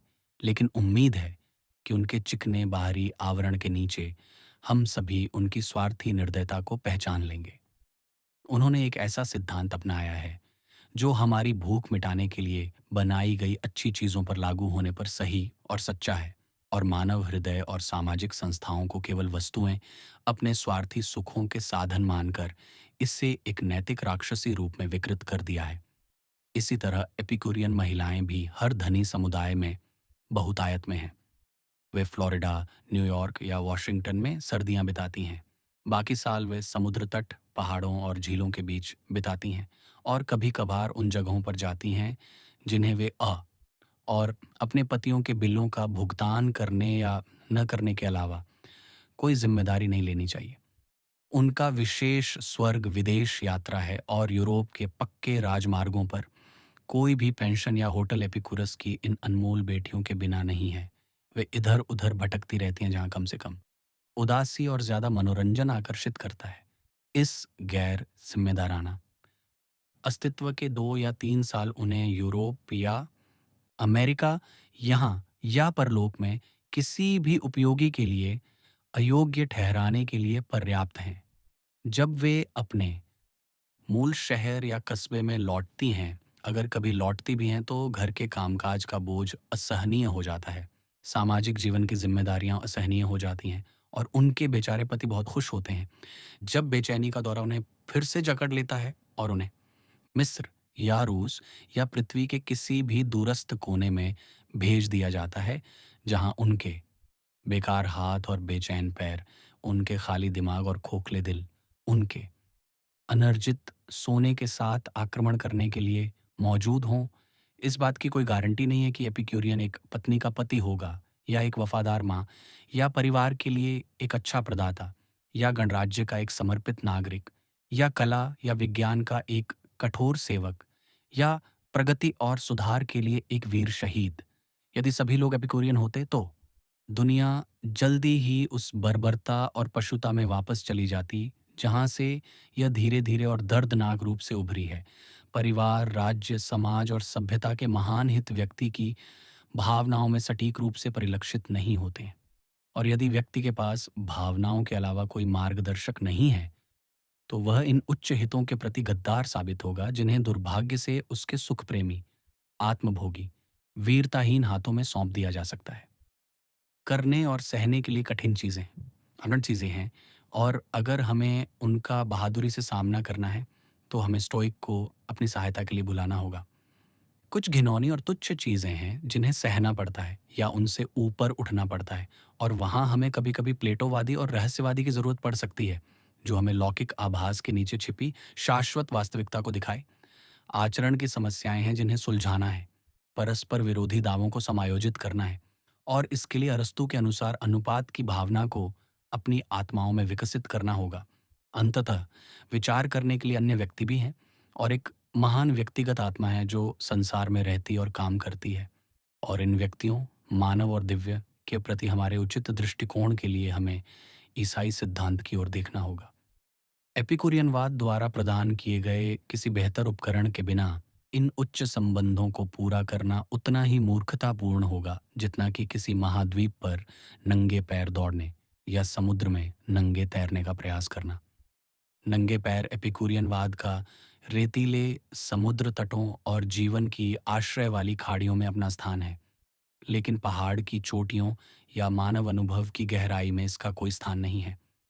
यह किसी पुरुष को कुशल कारीगर या पूर्ण विद्वान या बहादुर सैनिक या लोकहितैषी नागरिक नहीं बनाएगा। यह हर उस स्त्री को पूरी तरह से बिगाड़ देता है जिस पर यह कब्जा कर लेता है, जब तक कि उसके पास किसी बेहतर चीज पर मजबूत पकड़ ना हो, जब तक कि उसके पास एक पति और बच्चे ना हों जिनसे वह प्यार करती हो, या ऐसा काम ना हो जिसमें वह अपने लिए आनंद लेती हो, या ऐसे दोस्त और हित न हो जो जीवन से भी ज्यादा प्रिय हों। एपिक्यूरियनवाद न तो पुरुष और न ही स्त्री को स्वर्ग की ओर दूर तक ले जाएगा, न ही उन्हें उस समय बचा पाएगा जब नरक की पीड़ाएं उन्हें जकड़ लेंगी। इस पर कोई घर नहीं बसाया जा सकता। तलाक की अदालत हर उस विवाह का तार्किक परिणाम है जो एक पुरुष और एक स्त्री के बीच होता है, जो दोनों एपिक्यूरियन हैं, क्योंकि एपिक्यूरियनवाद का मूल सार यही है कि दूसरों को साधन माना जाए। जबकि कोई भी विवाह तब तक सहनीय नहीं है जब तक कि दोनों पक्षों में से कम एक पक्ष इतना बड़ा और निस्वार्थ न हो कि दूसरे को साध्य मान सके। कोई भी एपिक्यूरियन राज्य या शहर उससे ज्यादा समय तक नहीं टिक सकता जितना समय राजनीति में शामिल लोगों को अपनी जेबें भरने में लगेगा, उन लोगों को लूटने में जो उसी कारण से राजनीति से बाहर हैं। एक एपिक्यूरियन स्वर्ग, एक ऐसा स्थान जहां हर किसी को हमेशा के लिए, हर किसी की कीमत पर अपना भरपूर सुख मिलता रहे, असह्य रूप से, नीरस, अतुलनीय रूप से असहनीय होगा। एपिकुरस की प्रसिद्धि और उनके दर्शन की स्थायित्व के लिए यह सौभाग्य की बात है कि उन्होंने अमर आनंद की शर्तों पर विचार करने की आवश्यकता को अपनी दिखावटी दुविधा से टाल दिया।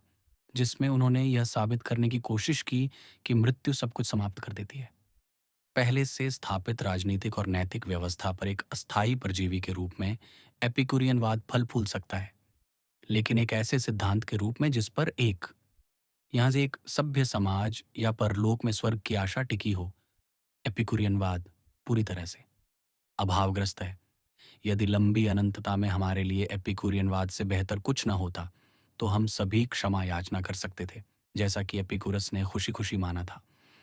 क्योंकि जीवन में किसी भी परम आनंद की जड़ें आत्म केंद्रित सुख से कहीं अधिक गहरी होनी चाहिए। उसे लोगों से प्रेम करना चाहिए और उनके लिए लक्ष्य तलाशने चाहिए, और उसे अपना आनंद मनुष्य के संतोष में नहीं, बल्कि उसके विचार और प्रेम द्वारा उसे जो बनने में सक्षम बनाया जाता है, उसके विकास में खोजना चाहिए। अध्याय 1 भाग 5। एपिक्यूरियन चरित्र का एक उदाहरण। एपिक्यूरियनवाद की कमियों का सबसे स्पष्ट उदाहरण जॉर्ज एलियट के रोमोला में टीटो मेलेमा का चरित्र है। सुख और दुख से बचना इस युवा यूनानी के एकमात्र सिद्धांत हैं। उसका विवेक इतना सहज है कि वह अपने पिता की लाश को भी सीढ़ी बना सकता है। उसके अंदर एक कोमल चिकनापन है जो किसी भी घोंसले में घुसने के लिए अद्भुत रूप से उपयुक्त लगता है, जिस पर वह अपना मन लगाता है। उसे किसी भी अप्रिय चीज से अदम्य घृणा थी, तब भी जब कोई बहुत प्रिय और प्रशंसित वस्तु उसके दूसरी ओर होती थी। उसकी सोच के अनुसार कोई भी सिद्धांत जो किसी व्यक्ति को उस अच्छाई को त्यागने के लिए बाध्य करता था जो अस्तित्व को मधुर बनाने के लिए आवश्यक थी, वह केवल मानवीय स्वार्थ की बाहरी परत थी। वे उन लोगों द्वारा बनाए गए थे जो चाहते थे कि दूसरे उनके लिए अपना बलिदान दें। वह चाहता था कि बाल्डासारे को कोई कष्ट न सहना पड़े। वह किसी को भी कष्ट सहते नहीं देखना चाहता था। लेकिन क्या कोई दर्शन उसे यह सिद्ध कर सकता था कि उसे अपने दुख से ज्यादा दूसरों के दुख की परवाह करनी चाहिए? ऐसा करने के लिए उसे बल्डासारे से सच्चा प्यार करना चाहिए था, और वह उससे प्यार नहीं करता था। क्या यह उसकी अपनी गलती थी? कृतज्ञता, ध्यान से देखा जाए तो इसका कोई ठोस दावा नहीं था। उसके पिता का जीवन उसके बिना नीरस होता। क्या हम मनुष्यों के प्रति उस सुख के लिए ऋणी हैं? उसने बस अपने लिए जीवन को आसान बनाने का चुनाव किया था। यदि संभव हो तो अपने मानवीय भाग्य को इस तरह से जीने का कि उसे कहीं कोई कष्ट न हो। लेकिन इस चुनाव ने उसे कई बार अप्रत्याशित स्थितियों में डाल दिया था। टीटो अपने मन में बिना किसी बड़ी रकम के जीवन की व्यवस्था नहीं कर सकता था, और अपने मन में जीवन की व्यवस्था करने की यही समस्या उसके सभी कुकर्मों का स्रोत थी। वह किसी भी ऐसे बलिदान के लिए तैयार था जो अप्रिय न हो। आनंद के अलावा अन्य वस्तुओं के बारे में वह कोई धारणा नहीं बना सकता। जैसा कि रोमोला अपनी निंदा में कहती है, तुम ठोस भलाई की बात करते हो टीटो। क्या वफादारी, प्रेम और मधुर कृतज्ञतापूर्ण स्मृतियां अच्छी नहीं है? क्या यह अच्छा नहीं है कि हम अपने मौन वादों को निभाएं जिन पर दूसरे लोग निर्माण करते हैं, क्योंकि वे हमारे प्रेम और सत्य में विश्वास करते हैं? क्या यह अच्छा नहीं है कि एक न्यायपूर्ण जीवन, क्या उचित सम्मान किया जाए? या क्या ये अच्छा है कि हम उन सभी की इच्छाओं और आशाओं के प्रति अपने हृदय कठोर कर लें जो हम पर निर्भर रहे हैं? ऐसी आत्मा वाले लोगों का क्या भला हो सकता है? शायद चतुराई से बात करना, अपने लिए नरम बिछौने ढूंढना और अपने तुच्छ सुख को अपना सबसे अच्छा साथी मानकर जीना और मरना। इस सुख प्रेमी टीटो मेलेमा को जब वह केवल 7 वर्ष का था, बाल्डासारे ने मारपीट से बचाया था। एक ऐसे घर में ले गया था जो खुले स्वर्ग जैसा लगता था, जहां मीठा भोजन और सुखदायक दुलार था। सब कुछ बाल्डासारे की गोद में था, और उस समय से लेकर उनके अलग होने तक टीटो बाल्डासारे की पितृसुलभ देखभाल का एकमात्र केंद्र रहा था। इस व्यक्ति को ढूंढने और बचाने के बजाय, जिसने बहुत साल पहले टीटो को एक छोटे बच्चे के रूप में भिक्षावृत्ति, गंदगी और क्रूर अन्याय से भरे जीवन से बचाया था, उसे प्यार से पाला था और उसके लिए एक पिता की तरह रहा था। टीटो ने अपने पिता के वे गहने बेच दिए जो उसे गुलामी से छुड़ाने के लिए पर्याप्त होते, और अंततः जब बाल्डासारे ने उसे फ्लोरेंस में पाया तो उसने उसे नकार दिया और उसे पागल घोषित कर दिया। उसने एक मासूम, भरोसेमंद युवती को धोखा देकर एक नकली शादी कर ली, साथ ही उसे बर्बाद कर दिया और अपनी वैध पत्नी के प्रति विश्वासघाती साबित हुआ। उसने वह पुस्तकालय बेच दिया, जिसे रोमोला के पिता फ्लोरेंस में अपने जीवन और कार्य के एक विशिष्ट स्मारक के रूप में रखना चाहते थे। वह शहर की राजनीति में स्वार्थी साजिशों में शामिल हो गया और जब भी उसकी सुरक्षा की जरूरत पड़ी, अपने सहयोगियों और दोस्तों को धोखा देने के लिए तैयार रहा। क्या आश्चर्य है कि रोमोला को उस चीज के प्रति नया तिरस्कार हो गया जिसे सुख कहते हैं, जो पुरुषों को नीच बनाता है। स्वार्थी सुख के लिए वह चतुराईपूर्ण युक्ति, सहनशीलता और तनाव से पीछे हटना, जब दूसरे लोग अपने लिए बहुत भारी बोझ के नीचे झुक रहे थे, जो अब उसके पति के साथ एक छवि बन गया था। अपने दुख में वह सवोनारोला से सीखती है कि व्यक्तिगत सुख से भी ऊंचा एक नियम है। उसने महसूस किया कि सभी घनिष्ठ संबंधों से जुड़ी पवित्रता और इसलिए सबसे खास तौर पर सबसे करीबी बाहरी नियम में उस परिणाम की अभिव्यक्ति मात्र थी जिसकी ओर सभी मानवीय अच्छाई और महानता स्वतः ही प्रवृत्त होनी चाहिए। कि संबंधों का हल्का परित्याग, चाहे विरासत में मिले हों या स्वैच्छिक, क्योंकि वे सुखद नहीं रहे, सामाजिक और व्यक्तिगत गुणों का उखाड़ना था। बाल्डासारे के प्रति टीटो का अपराध और क्या था सिवाय उस परित्याग के जो स्वयं को झूठ और कृतज्ञता की सबसे घिनौनी पराकाष्ठा तक ले गया। उसके लिए और उसके लिए भी जीवन में एक ऐसा क्षण आ गया था जब आत्मा को अपने ही आदेश पर कार्य करने का साहस करना चाहिए, न केवल बाहरी नियम की अपील के बिना, बल्कि एक ऐसे नियम के सामने जो दिव्य बिजली से निहत्था नहीं है, ऐसी बिजली जो तब भी गिर सकती है यदि आदेश झूठा हो। पुस्तक की पूरी शिक्षा उपसंहार में संक्षेपित है। रोमोला और टीटो के नाजायज बेटे लिल्लो के बीच बातचीत में लिल्लो कहता है, मैं ऐसा कुछ बनना चाहता हूं जो मुझे एक महान इंसान बनाए और साथ ही बहुत खुश भी रखे। ऐसा कुछ जो मुझे भरपूर सुख पाने से न रोके। ये आसान नहीं है मेरी लीलो। ये केवल एक घटिया किस्म की खुशी है जो अपने संकीर्ण सुखों की बहुत ज्यादा परवाह करने से ही मिल सकती है। हमें केवल सर्वोच्च खुशी मिल सकती है जो एक महान व्यक्ति होने के साथ आती है, व्यापक विचारों और बाकी दुनिया के साथ साथ अपने लिए भी बहुत भावना रखने से। और इस तरह की खुशी अक्सर अपने साथ इतना दर्द लेकर आती है कि हम इसे दर्द से तभी अलग कर सकते हैं जब यह वही हो जो हम बाकी सबसे पहले चुनते हैं, क्योंकि हमारी आत्मा इसे अच्छा देखती है। दुनिया में इतनी सारी चीजें गलत और कठिन हैं कि कोई भी व्यक्ति महान नहीं हो सकता। वह शायद ही खुद को दुष्टता से दूर रख सकता है, जब तक कि वह सुख या पुरस्कारों के बारे में ज्यादा सोचना ना छोड़ दे और कठिन और दर्दनाक चीजों को सहने की ताकत ना जुटा ले। मेरे पिता में वह महानता थी जो ईमानदारी से मिलती है। उन्होंने झूठ के बजाय गरीबी और अस्पष्टता को चुना और फ्रा गिरोलामो थे। आप जानते हैं कि मैं कल को क्यों पवित्र रखता हूँ। उनमें वह महानता थी जो बिताए गए जीवन से मिलती है शक्तिशाली अन्याय के विरुद्ध संघर्ष में और मनुष्य को उनके सामर्थ्य के अनुसार सर्वोच्च कर्मों तक पहुंचाने का प्रयास करते हुए। और इसीलिए मेरे लिलो, यदि आप नेक कार्य करना चाहते हैं और ईश्वर द्वारा मनुष्यों की पहुंच में रखी गई सर्वोत्तम चीजों को जानना चाहते हैं, तो आपको अपना ध्यान उसी लक्ष्य पर केंद्रित करना सीखना होगा, न कि इस पर कि उसके कारण आपके साथ क्या होगा। और याद रखें, यदि आप कुछ निम्नतर चुनते हैं और अपने जीवन का नियम अपनी खुशी की तलाश करना और अप्रिय चीजों से बचना बना लेते हैं, तो आपदा वैसे ही आ सकती है। और यह आपदा एक निम्न मन पर पड़ेगी, जो दुख का एक ऐसा रूप है जिसमें कोई मरहम नहीं है और जो किसी व्यक्ति को यह कहने पर मजबूर कर सकता है, मेरे लिए बेहतर होता अगर मैं कभी पैदा ही ना हुआ होता। एपिक्यूरियनवाद की समस्या ये है कि यह मानता है कि आत्मा प्राकृतिक भूखों और भावनाओं का एक समूह है और जीवन का अंत उनकी संतुष्टि है।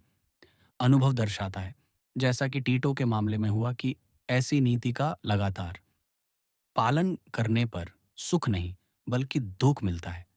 सबसे पहले दूसरों को दुख और फिर व्यक्ति को उनकी अवमानना, आक्रोश और प्रतिशोध के माध्यम से दुख। सच्चा सुख व्यक्ति के भीतर उदार भावनाओं, दयालु सहानुभूति और व्यापक सामाजिक हितों के विकास से ही प्राप्त होता है। नए मनुष्य के सुखों की सही खोज और सफलतापूर्वक प्राप्ति से पहले मनुष्य को बदलना होगा। मनुष्य का यह बदलाव तार्किक एपिक्यूरियन कार्यक्रम का कोई सुसंगत हिस्सा नहीं है और परिणाम स्वरूप शुद्ध एपिक्यूरियनवाद निश्चित रूप से किसी को टीटो मेलेमा की संकीर्णता, स्वार्थ और हृदयहीनता में डाल देगा और अनिवार्य रूप से उसी निंदा और विपत्ति को लाएगा। फिर भी हम आलोचना या निर्दयता में शांत और मनोहर एपिकुरस से विदा नहीं लेंगे। हम स्पष्ट रूप से उसकी मूलभूत सीमाओं को पहचान सकते हैं और फिर भी उसके द्वारा दी गई अच्छी सलाह को कृतज्ञतापूर्वक स्वीकार कर सकते हैं। परजीवी होने के बावजूद एक ऐसी चीज जो अपने से ऊंचे और ज्यादा कठोर आदर्शों और सिद्धांतों से ही अपना जीवन चूस कर जीवित रह सकती है, फिर भी यह एक सुंदर और सजावटी परजीवी है जो हमारे ज्यादा कठोर सिद्धांतों की कठोर रूपरेखा को सुशोभित और ढाल देगा। हमारे सभी जीवन में ऐसे नीरस समय होते हैं जिनमें हम उन सरल सुखों की धाराओं को लाभप्रद रूप से मोड़ सकते हैं जिनकी वह सराहना करते हैं। अनावश्यक तनाव और तनाव के ऐसे बिंदु होते हैं जहां एपिक्यूरियन विवेक हमें स्वास्थ्य और खुशी पर होने वाले विनाशकारी खर्च को बचाने के लिए थोड़े से काल्पनिक लाभ को त्यागने के लिए कहेगा। आइए हम इन अंतरालों को स्वस्थ भूख की भरपूर तृप्ति से, सुप्त शक्तियों के सशक्त अभ्यास से और नए नए मनोरंजनों के उत्सुक आनंद से भरें। आइए हम अपने चिंतित, बेचैन, थके हुए और क्लांत जीवन के तनाव और दबाव को कम करें। अनावश्यक चीजों को कठोरता से हटाइए, निरंतर वर्तमान पर ध्यान केंद्रित करें और अवसाद और हतोत्साह के सभी भूत या भविष्य के स्रोतों को दृढ़तापूर्वक दूर भगाएं। इससे पहले कि हम इसे पूरा करें, हम इससे कहीं अधिक उत्कृष्ट आदर्शों को देखेंगे, लेकिन हमें छोटी छोटी बातों का तिरस्कार नहीं करना चाहिए। हालांकि एपिक्यूरियन आदर्श इन सभी में सबसे निम्न और सबसे छोटा है, यह जीवन के ऐतिहासिक आदर्शों में से एक है। इसके अपने दावे हैं जिन्हें हम में से कोई भी दंड से मुक्त होकर अनदेखा नहीं कर सकता। जीवन के निम्न क्षेत्रों में उसकी निष्ठापूर्वक सेवा करना, उच्च क्षेत्रों पर शासन करने वाले स्टोइक, प्लेटोनिक, अरस्तु और ईसाई आदर्शों की बुद्धिमानीपूर्ण और उचित सेवा के लिए एक स्वस्थ तैयारी है। जो एपिकुरस की विनम्र साधारण मांगों के प्रति असत्य है, वह जैनों और प्लेटो, अरस्तु और यीशु की महान सेवा में कभी भी अपना सर्वश्रेष्ठ प्रदर्शन नहीं कर सकता। अध्याय 1, भाग 6। एक एपिक्यूरियन विधर्मी की स्वीकारोक्ति। एक विधर्मी वह व्यक्ति होता है जो जिस संप्रदाय का वह पालन करता है उसके सिद्धांतों का पालन करने का दावा तो करता है और ईमानदारी से यह विश्वास करता है कि वह अपने रूढ़िवादी भाइयों से काफी हद तक सहमत है। लेकिन ईमानदार और विवेकशील बनने की चाह में वह इन सिद्धांतों को इस तरह बदल देता है कि उनमें से वह सब कुछ गायब हो जाता है जो संबंधित संप्रदाय की विशिष्टता है, और इस तरह अनजाने में अपने दुश्मनों को सहायता और सांत्वना देता है। हर सशक्त और जीवंत विचारधारा देर सबेर इस भयानक शिशु की प्रजाति को विकसित करती है। ईसाई चर्च की तरह एपिक्यूरियन विचारधारा को भी इस तरह की कई संतानों का आशीर्वाद मिला है। इन सब में से एक जो एपिक्यूरियनवाद के मूल सिद्धांतों का सबसे दृढ़ता से पालन करता है और फिर अपने विरोधियों द्वारा उसके खिलाफ कही गई लगभग हर बात को स्वीकार करता है, वो है जॉन स्टुअर्ट मिल। उनका उपयोगितावाद एक ऐसा किला है जो सर्वाधिक स्वीकृत आदर्शवादी तोपों से सुसज्जित है, फिर भी एपिक्यूरियन ध्वज पूरे विश्व पर बहादुरी से लहरा रहा है। उनका मानना है कि कार्य सही है जिस अनुपात में वे सुख को बढ़ावा देते हैं, और गलत है जब वे सुख के विपरीत परिणाम उत्पन्न करते हैं। सुख से अभिप्राय सुख और दुख का अभाव है, दुख से अभिप्राय दुख और सुख का अभाव है। सुख और दुख से मुक्ति ही साध्य के रूप में वांछनीय है, और सभी वांछनीय वस्तुएं या तो अपने में निहित सुख के लिए या सुख को बढ़ावा देने और दुख के निवारण के साधन के रूप में वांछनीय हैं। एपिक्यूरियनवाद का इससे अधिक स्पष्ट और अडिग कथन देना असंभव होगा। इस प्रकार एपिक्यूरियन विचारधारा से अपनी पहचान स्पष्ट रूप से स्थापित करने के बाद श्री मिल इस सिद्धांत में क्रमशः उन चार विचारधाराओं के सिद्धांतों को जोड़ते हैं जिन पर हम बाद में विचार करेंगे। सबसे पहले वह सुख के प्रकार में अंतर बताते हैं। बुद्धि, भावनाओं, कल्पना और नैतिक भावनाओं के सुखों को मात्र संवेदनाओं के सुखों की तुलना में कहीं अधिक महत्व देते हैं। जब उनसे पूछा गया कि सुखों में गुणवत्ता के अंतर से उनका क्या तात्पर्य है, या क्या एक सुख को दूसरे सुख से अधिक मूल्यवान बनाता है केवल सुख के रूप में, सिवाय इसके कि वह मात्रा में अधिक हो, तो हालांकि वह हमें बताते हैं कि इसका केवल एक ही संभावित उत्तर है। वह हमें दो या तीन उत्तर देते हैं। सबसे पहले वह सक्षम न्यायाधीशों के निर्णय की अपील करते हैं। दो सुखों में से यदि कोई एक ऐसा सुख हो जिसे सभी या लगभग सभी जिन्हें दोनों का अनुभव है एक निश्चित वरीयता देते हैं, चाहे उसे वरीयता देने के लिए किसी भी नैतिक दायित्व की भावना हो या ना हो, तो वह अधिक वांछनीय सुख है। यदि दोनों में से एक को उन लोगों द्वारा जो दोनों से अच्छी तरह परिचित हैं दूसरे से इतना ऊपर रखा जाता है कि वे उससे वरीयता देते हैं, भले ही वे जानते हों कि इससे उन्हें अधिक असंतोष होता है और वे उसे किसी भी मात्रा में अन्य सुख के लिए नहीं छोड़ेंगे जो उनकी प्रकृति में सक्षम है, तो हम वरीयता प्राप्त सुख को गुणवत्ता में इतनी श्रेष्ठता प्रदान करने में न्याय संगत हैं कि वह मात्रा से इतनी अधिक हो कि वह तुलनात्मक रूप से महत्वहीन हो जाए। सक्षम न्यायाधीशों या दूसरे शब्दों में प्राधिकारियों से की गई इस अपील में कोई दार्शनिक सिद्धांत शामिल नहीं है, जब तक कि हम पोप की अचूकता के सिद्धांत को, जिससे मिल की यह अपील अनिवार्य रूप से मिलती जुलती है, एक सिद्धांत न कहें। यदि ये न्यायाधीश सक्षम हैं तो उनके द्वारा दी गई वरीयता का कोई कारण अवश्य होगा। अगले अनुच्छेद में मिल हमें बताते हैं कि वह सिद्धांत क्या है, लेकिन ऐसा करते हुए वे निम्न से उच्चतर क्षमताओं के अधीनता के सिद्धांत का परिचय देते हैं, जिसे हम बाद में प्लेटो के विशिष्ट सिद्धांत के रूप में देखेंगे। इस बिंदु पर मिल स्वयं प्लेटो जितने ही स्पष्ट हैं। अब यह एक निर्विवाद तथ्य है कि जो लोग दोनों से समान रूप से परिचित हैं और दोनों की सराहना और आनंद लेने में समान रूप से सक्षम हैं, वे उस जीवन शैली को सबसे अधिक प्राथमिकता देते हैं जो उनकी उच्चतर क्षमताओं का उपयोग करती है। बहुत कम मानव प्राणी किसी पशु के सुखों की पूर्ण अनुमति के वादे के लिए निम्नतर प्राणियों में से किसी में परिवर्तित होने के लिए सहमत होंगे। कोई भी बुद्धिमान मनुष्य मूर्ख बनने के लिए सहमत नहीं होगा। कोई भी शिक्षित व्यक्ति अज्ञानी नहीं होगा। कोई भी संवेदनशील और विवेकशील व्यक्ति स्वार्थी और नीच नहीं होगा, भले ही उन्हें यह समझाया जाए कि मूर्ख, मंदबुद्धि या दुष्ट अपने भाग्य से उनसे बेहतर संतुष्ट है। वे अपनी सभी इच्छाओं की पूर्ण संतुष्टि के लिए जो उनके पास उससे अधिक हैं, उसे त्याग नहीं देंगे।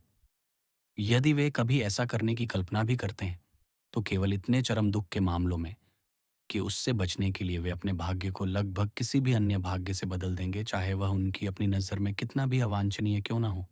एक प्राणी उच्चतर क्षमताओं को उसे खुश करने के लिए अधिक की आवश्यकता होती है, वह संभवतः अधिक तीव्र पीड़ा सहने में सक्षम है और निश्चित रूप से निम्नतर प्रकार के व्यक्ति की तुलना में अधिक बिंदुओं पर इसके लिए सुलभ है।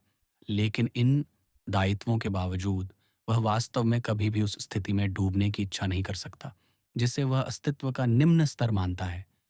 सुख की मात्रा के बजाय गुणवत्ता की यह अपील मिल को स्वयं के बावजूद पूरी तरह से प्लेटोनिक आधार पर और सुसंगत एपिक्यूरियनवाद को त्याग देता है। एक उदाहरण इसे स्पष्ट कर देगा। एक व्यक्ति यह दावा करता है कि धन ही उसका सर्वोच्च लक्ष्य है, दुनिया में एकमात्र चीज जिसकी उसे परवाह है।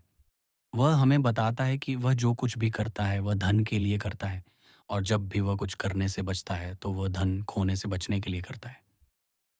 अब तक वह अपने आचरण को लगातार स्वार्थी आधार पर रखता है, मान लीजिए। हालांकि अगले वाक्य में वह हमें बताता है कि वह कुछ प्रकार के धन को महत्व देता है। अगर हम उससे पूछें कि इस अंतर का आधार क्या है, तो वह जवाब देता है कि वह ईमानदारी से कमाए गए धन को महत्व देता है और बेईमानी से अर्जित धन को तुच्छ समझता है। क्या हमें तुरंत यह नहीं पहचानना चाहिए कि उसकी मूल घोषणा के बावजूद वह वह निरंतर स्वार्थी व्यक्ति नहीं है जैसा उसने खुद को बताया था। ये तथ्य कि वह बेईमान धन की तुलना में ईमानदार धन को प्राथमिकता देता है, यह दर्शाता है कि धन नहीं, बल्कि ईमानदारी उसका वास्तविक सिद्धांत है।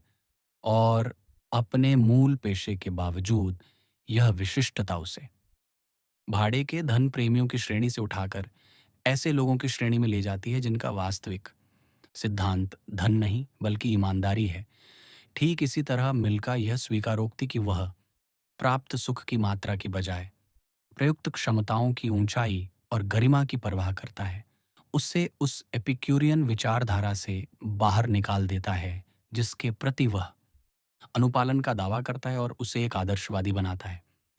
जब उनसे उच्चतर से निम्नतर की अपनी प्राथमिकता के बारे में स्पष्टीकरण मांगा गया, तो मिल तुरंत निम्नलिखित वाक्यों में स्टोइक दृष्टिकोण अपनाते हैं। हम इस अनिच्छा का जो भी स्पष्टीकरण देना चाहें दे सकते हैं। हम इसे अभिमान कह सकते हैं, एक ऐसा नाम जो मानव जाति में मौजूद कुछ सबसे अधिक और कुछ सबसे कम अनुमानित भावनाओं को अंधाधुंध रूप से दिया जाता है। हम इसे स्वतंत्रता और व्यक्तिगत स्वतंत्रता के प्रेम से जोड़ सकते हैं, एक ऐसा आह्वान जिसके लिए स्टोइक्स के साथ इसे विकसित करने का सबसे प्रभावी साधन थे। शक्ति के प्रेम से या उत्साह के प्रेम से दोनों ही वास्तव में इसमें शामिल होते हैं और इसमें योगदान करते हैं, लेकिन इसका सबसे उपयुक्त नाम गरिमा की भावना है, जो सभी मनुष्यों में किसी न किसी रूप में होती है और कुछ में हालांकि किसी भी तरह से उनकी सर्वोच्च क्षमताओं के अनुपात में नहीं, और जो उन लोगों के सुख का इतना आवश्यक हिस्सा है जिनमें यह प्रबल है कि कोई भी चीज जो इसके साथ संघर्ष करती है वह क्षणिक रूप से ही सही एक वस्तु हो सकती है, उनकी इच्छा की। जो कोई यह मानता है कि यह वरीयता सुख की बलिदान पर होती है कि श्रेष्ठ प्राणी समान परिस्थितियों में भी निम्नतर प्राणी से अधिक सुखी नहीं होता, वह सुख और संतुष्टि के दो बहुत ही भिन्न विचारों को भ्रमित करता है। यह निर्विवाद है कि जिस प्राणी की आनंद लेने की क्षमता कम होती है, उसके पूर्णतः संतुष्ट होने की संभावना सबसे अधिक होती है, और एक उच्च क्षमता संपन्न प्राणी हमेशा यह महसूस करेगा कि कोई भी सुख जिसकी हम तलाश कर सकते हैं, क्योंकि यह संसार बना है, अपूर्ण है, लेकिन वह इसकी अपूर्णताओं को सहन करना सीख सकता है यदि वे सहनीय हैं, और वे उसे उस प्राणी से ईर्ष्या नहीं करवाएंगे जो वास्तव में अपूर्णताओं से अनभिज्ञ है, बल्कि केवल इसलिए कि वह उस अच्छाई को बिल्कुल भी महसूस नहीं करता जिसके लिए वे अपूर्णताएं योग्य हैं। संतुष्ट सूअर की तुलना में असंतुष्ट मनुष्य होना बेहतर है, संतुष्ट मूर्ख की तुलना में असंतुष्ट सुकरात होना बेहतर है। और यदि मूर्ख या सूअर किसी अलग राय का है तो ऐसा इसलिए है क्योंकि वे केवल अपने ही पक्ष को जानते हैं, दूसरा पक्ष तुलना करने के लिए दोनों पक्षों को जानता है। जब उद्देश्य की स्वीकृति के लिए दबाव डाला जाता है, तो मिल अरस्तू के इस सिद्धांत का हवाला देते हैं कि व्यक्ति स्वयं की अवधारणा को केवल समाज में अपने साथियों के साथ मिलन के माध्यम से ही साकार कर सकता है। मनुष्य की सामाजिक प्रकृति और किसी भी छोटे क्षेत्र में स्वयं को खोजने में उसकी असमर्थता या किसी भी छोटे लक्ष्य के प्रति समर्पण के माध्यम से, यह दृढ़ आधार मानव जाति की सामाजिक भावनाओं का है। अपने साथी प्राणियों के साथ एकता में रहने की इच्छा, जो मानव स्वभाव में पहले से ही एक शक्तिशाली सिद्धांत है, और सौभाग्य से यह उन सिद्धांतों में से एक है जो प्रगतिशील सभ्यता के प्रभावों से बिना किसी स्पष्ट संस्कार के भी और भी मजबूत होते जाते हैं। सामाजिक स्थिति मनुष्य के लिए एक साथ इतनी स्वाभाविक, इतनी आवश्यक और इतनी अभ्यस्त है कि कुछ असामान्य परिस्थितियों को छोड़कर या स्वैच्छिक अमूर्तता के प्रयास के अलावा वह स्वयं को किसी निकाय के सदस्य के अलावा किसी अन्य रूप में कभी नहीं समझता। और यह संबंध और भी अधिक मजबूत होता जाता है जैसे जैसे मानव जाति जंगली स्वतंत्रता की स्थिति से दूर होती जाती है। इसलिए कोई भी स्थिति जो समाज की स्थिति के लिए आवश्यक है, प्रत्येक व्यक्ति की उस स्थिति की धारणा का एक अभिन्न अंग बन जाती है जिसमें वह पैदा हुआ है, और जो एक मनुष्य की नियति है। इस तरह लोग बड़े होकर दूसरों के हितों की पूर्ण उपेक्षा की स्थिति की कल्पना करने में असमर्थ हो जाते हैं। वे एक आवश्यकता के अधीन हैं, खुद को कम से कम सभी गंभीर चोटों से दूर रखते हुए। और यदि केवल अपनी सुरक्षा के लिए उनके खिलाफ निरंतर विरोध की स्थिति में रहते हुए वे दूसरों के साथ सहयोग करने के तथ्य से भी परिचित हैं और अपने कार्यों के उद्देश्य कम से कम फिलहाल के लिए के रूप में खुद के लिए एक सामूहिक न कि एक व्यक्तिगत हित का प्रस्ताव रखते हैं। जब तक वे सहयोग कर रहे हैं, उनके लक्ष्य दूसरों के हितों के साथ जुड़े हुए हैं। कम से कम एक अस्थायी भावना है कि दूसरों के हित उनके अपने हित हैं। न केवल सामाजिक संबंधों को मजबूत करना और समाज का स्वस्थ विकास प्रत्येक व्यक्ति को व्यावहारिक रूप से दूसरों के कल्याण पर विचार करने में एक मजबूत व्यक्तिगत रुचि देता है। ये उसे अपनी भावनाओं को उनके भले के साथ अधिक से अधिक जोड़ने या कम से कम इसके लिए व्यावहारिक विचार की एक बढ़ती हुई डिग्री के साथ भी प्रेरित करता है। वह मानो सहज रूप से खुद के बारे में जागरूक हो जाता है, एक ऐसे प्राणी के रूप में जो निश्चित रूप से दूसरों का सम्मान करता है। दूसरों का भला उसके लिए स्वाभाविक रूप से और अनिवार्य रूप से एक ऐसी चीज बन जाता है, ध्यान दिया गया। सभ्यता के आगे बढ़ने के साथ स्वयं को और मानव जीवन को समझने का यह तरीका अधिक से अधिक स्वाभाविक होता जा रहा है। राजनीतिक सुधार का प्रत्येक कदम इसे और भी स्वाभाविक बनाता है। हितों के विरोध के स्रोतों को हटाकर और व्यक्तियों या वर्गों के बीच कानूनी विशेषाधिकार की उन असमानताओं को समतल करके, जिनके कारण मानव जाति का एक बड़ा हिस्सा ऐसा है जिसकी खुशी को अभी भी नजरअंदाज करना व्यावहारिक है। मानव मन की सुधरती अवस्था में प्रभाव लगातार बढ़ रहे हैं, जो प्रत्येक व्यक्ति में बाकी सभी के साथ एकता की भावना उत्पन्न करते हैं। यह भावना यदि पूर्ण हो तो उसे अपने लिए किसी भी लाभकारी स्थिति के बारे में कभी नहीं सोचने या इच्छा करने देगी जिसके लाभों में वे शामिल नहीं हैं। प्रत्येक व्यक्ति की स्वयं के बारे में एक सामाजिक प्राणी के रूप में अब भी जो गहरी जड़ें हैं, वह उसे यह महसूस कराती है कि यह उसकी स्वाभाविक आवश्यकताओं में से एक है कि उसकी भावनाओं और उद्देश्यों और उसके साथी प्राणियों के बीच सामंजस्य होना चाहिए। ये उनके मन में शिक्षा के अंधविश्वास या कानून के रूप में प्रस्तुत नहीं होता है, समाज की शक्ति द्वारा निरंकुश रूप से थोपा गया, बल्कि एक ऐसे गुण के रूप में जिसके बिना रहना उनके लिए अच्छा नहीं होगा। अंत में मिल ईसाई आदर्श का परिचय देते हैं। अपनी और दूसरों की खुशी के बीच उपयोगितावाद के लिए यह आवश्यक है कि वह एक निष्पक्ष और परोपकारी दर्शक की तरह पूरी तरह निष्पक्ष हो। नासरत के यीशु के स्वर्णिम नियम में हम उपयोगिता की नैतिकता की पूरी भावना को पढ़ते हैं। जैसा कोई चाहता है वैसा ही करना और अपने पड़ोसी से अपने समान प्रेम करना उपयोगितावादी नैतिकता की आदर्श पूर्णता का निर्माण करता है। ईसाई दायित्व को एपिक्यूरियन आधार पर सिद्ध करने के उनके प्रयास में उनके एपिक्यूरियन सिद्धांत और उनके ईसाई उपदेश और व्यवहार के बीच असंगति स्पष्ट हो जाती है। मिल तर्क शास्त्र के उस्ताद थे, इस विषय पर एक मानक पाठ्य पुस्तक के लेखक थे, फिर भी एपिक्यूरियनवाद को ईसाई आयामों तक विस्तारित करने के उनके प्रयास ने उन्हें इतनी विकट स्थिति में डाल दिया कि उन्हें रचना के निम्नलिखित भ्रम का सहारा लेने के लिए मजबूर होना पड़ा, जिसकी भ्रांति तर्कशास्त्र का हर छात्र एक नज़र में पहचान लेता है। खुशी एक अच्छाई है, प्रत्येक व्यक्ति की खुशी उस व्यक्ति के लिए एक अच्छाई है और इसलिए सामान्य खुशी सभी व्यक्तियों के समूह के लिए एक अच्छाई है। जैसा कि कार्लाइल ने बताया है, ये कहने के बराबर है कि चूंकि प्रत्येक सूअर अपने लिए गर्त का सारा कूड़ा चाहता है, इसीलिए सूअरों का एक समूह समूह में यह चाहेगा कि समूह के प्रत्येक सदस्य को पूरे में से अपना हिस्सा मिले। एक ऐसा भ्रम जिसका सूअरों को खिलाने का एक अनुभव पर्याप्त रूप से खंडन कर देगा। एपिक्यूरियन सिद्धांतों से कहीं अधिक गहन और उच्चतर किसी चीज की आवश्यकता होती है ताकि लोगों को उस स्तर तक उठाया जा सके जहां ईसाई परोपकारिता स्वाभाविक और अपरिहार्य हो। जिस आचरण के बारे में मिल ठीक ही कहते हैं कि ऐसा होना चाहिए।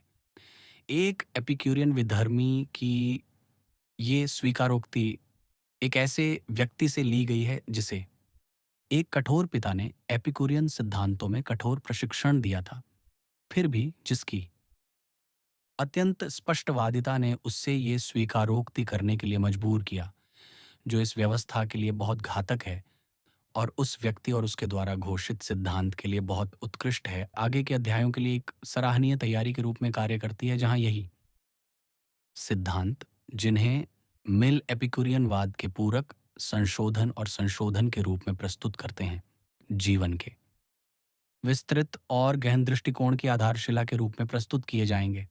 मिल एक कटहल के चाकू से शुरू करते हैं, जिसके बारे में वे सार्वजनिक रूप से घोषणा करते हैं कि वह इसके हैंडल के हर हिस्से में और हर ब्लेड में पूरी तरह से एपिक्यूरियन है।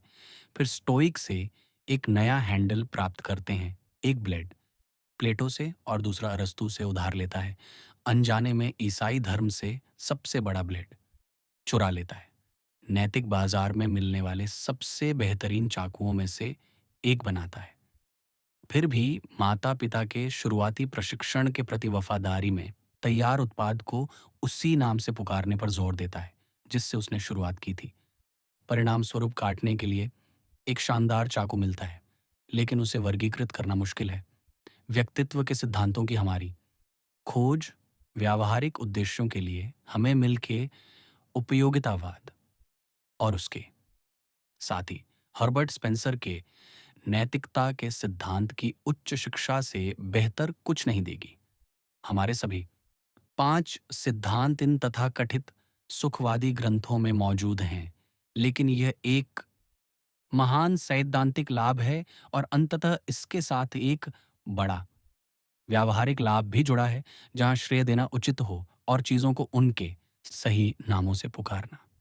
इन विधर्मियों की स्पष्टवादिता के कारण हालांकि आगे हमें जो नाम मिलेंगे वे नए होंगे, फिर भी हम इन नए नामों के अंतर्गत जिन सिद्धांतों की खोज करेंगे उनमें से अधिकांश का स्वागत पुराने मित्रों के रूप में करेंगे, जिनसे एपिकुरियन विधर्मियों ने हमारा पहला परिचय कराया था।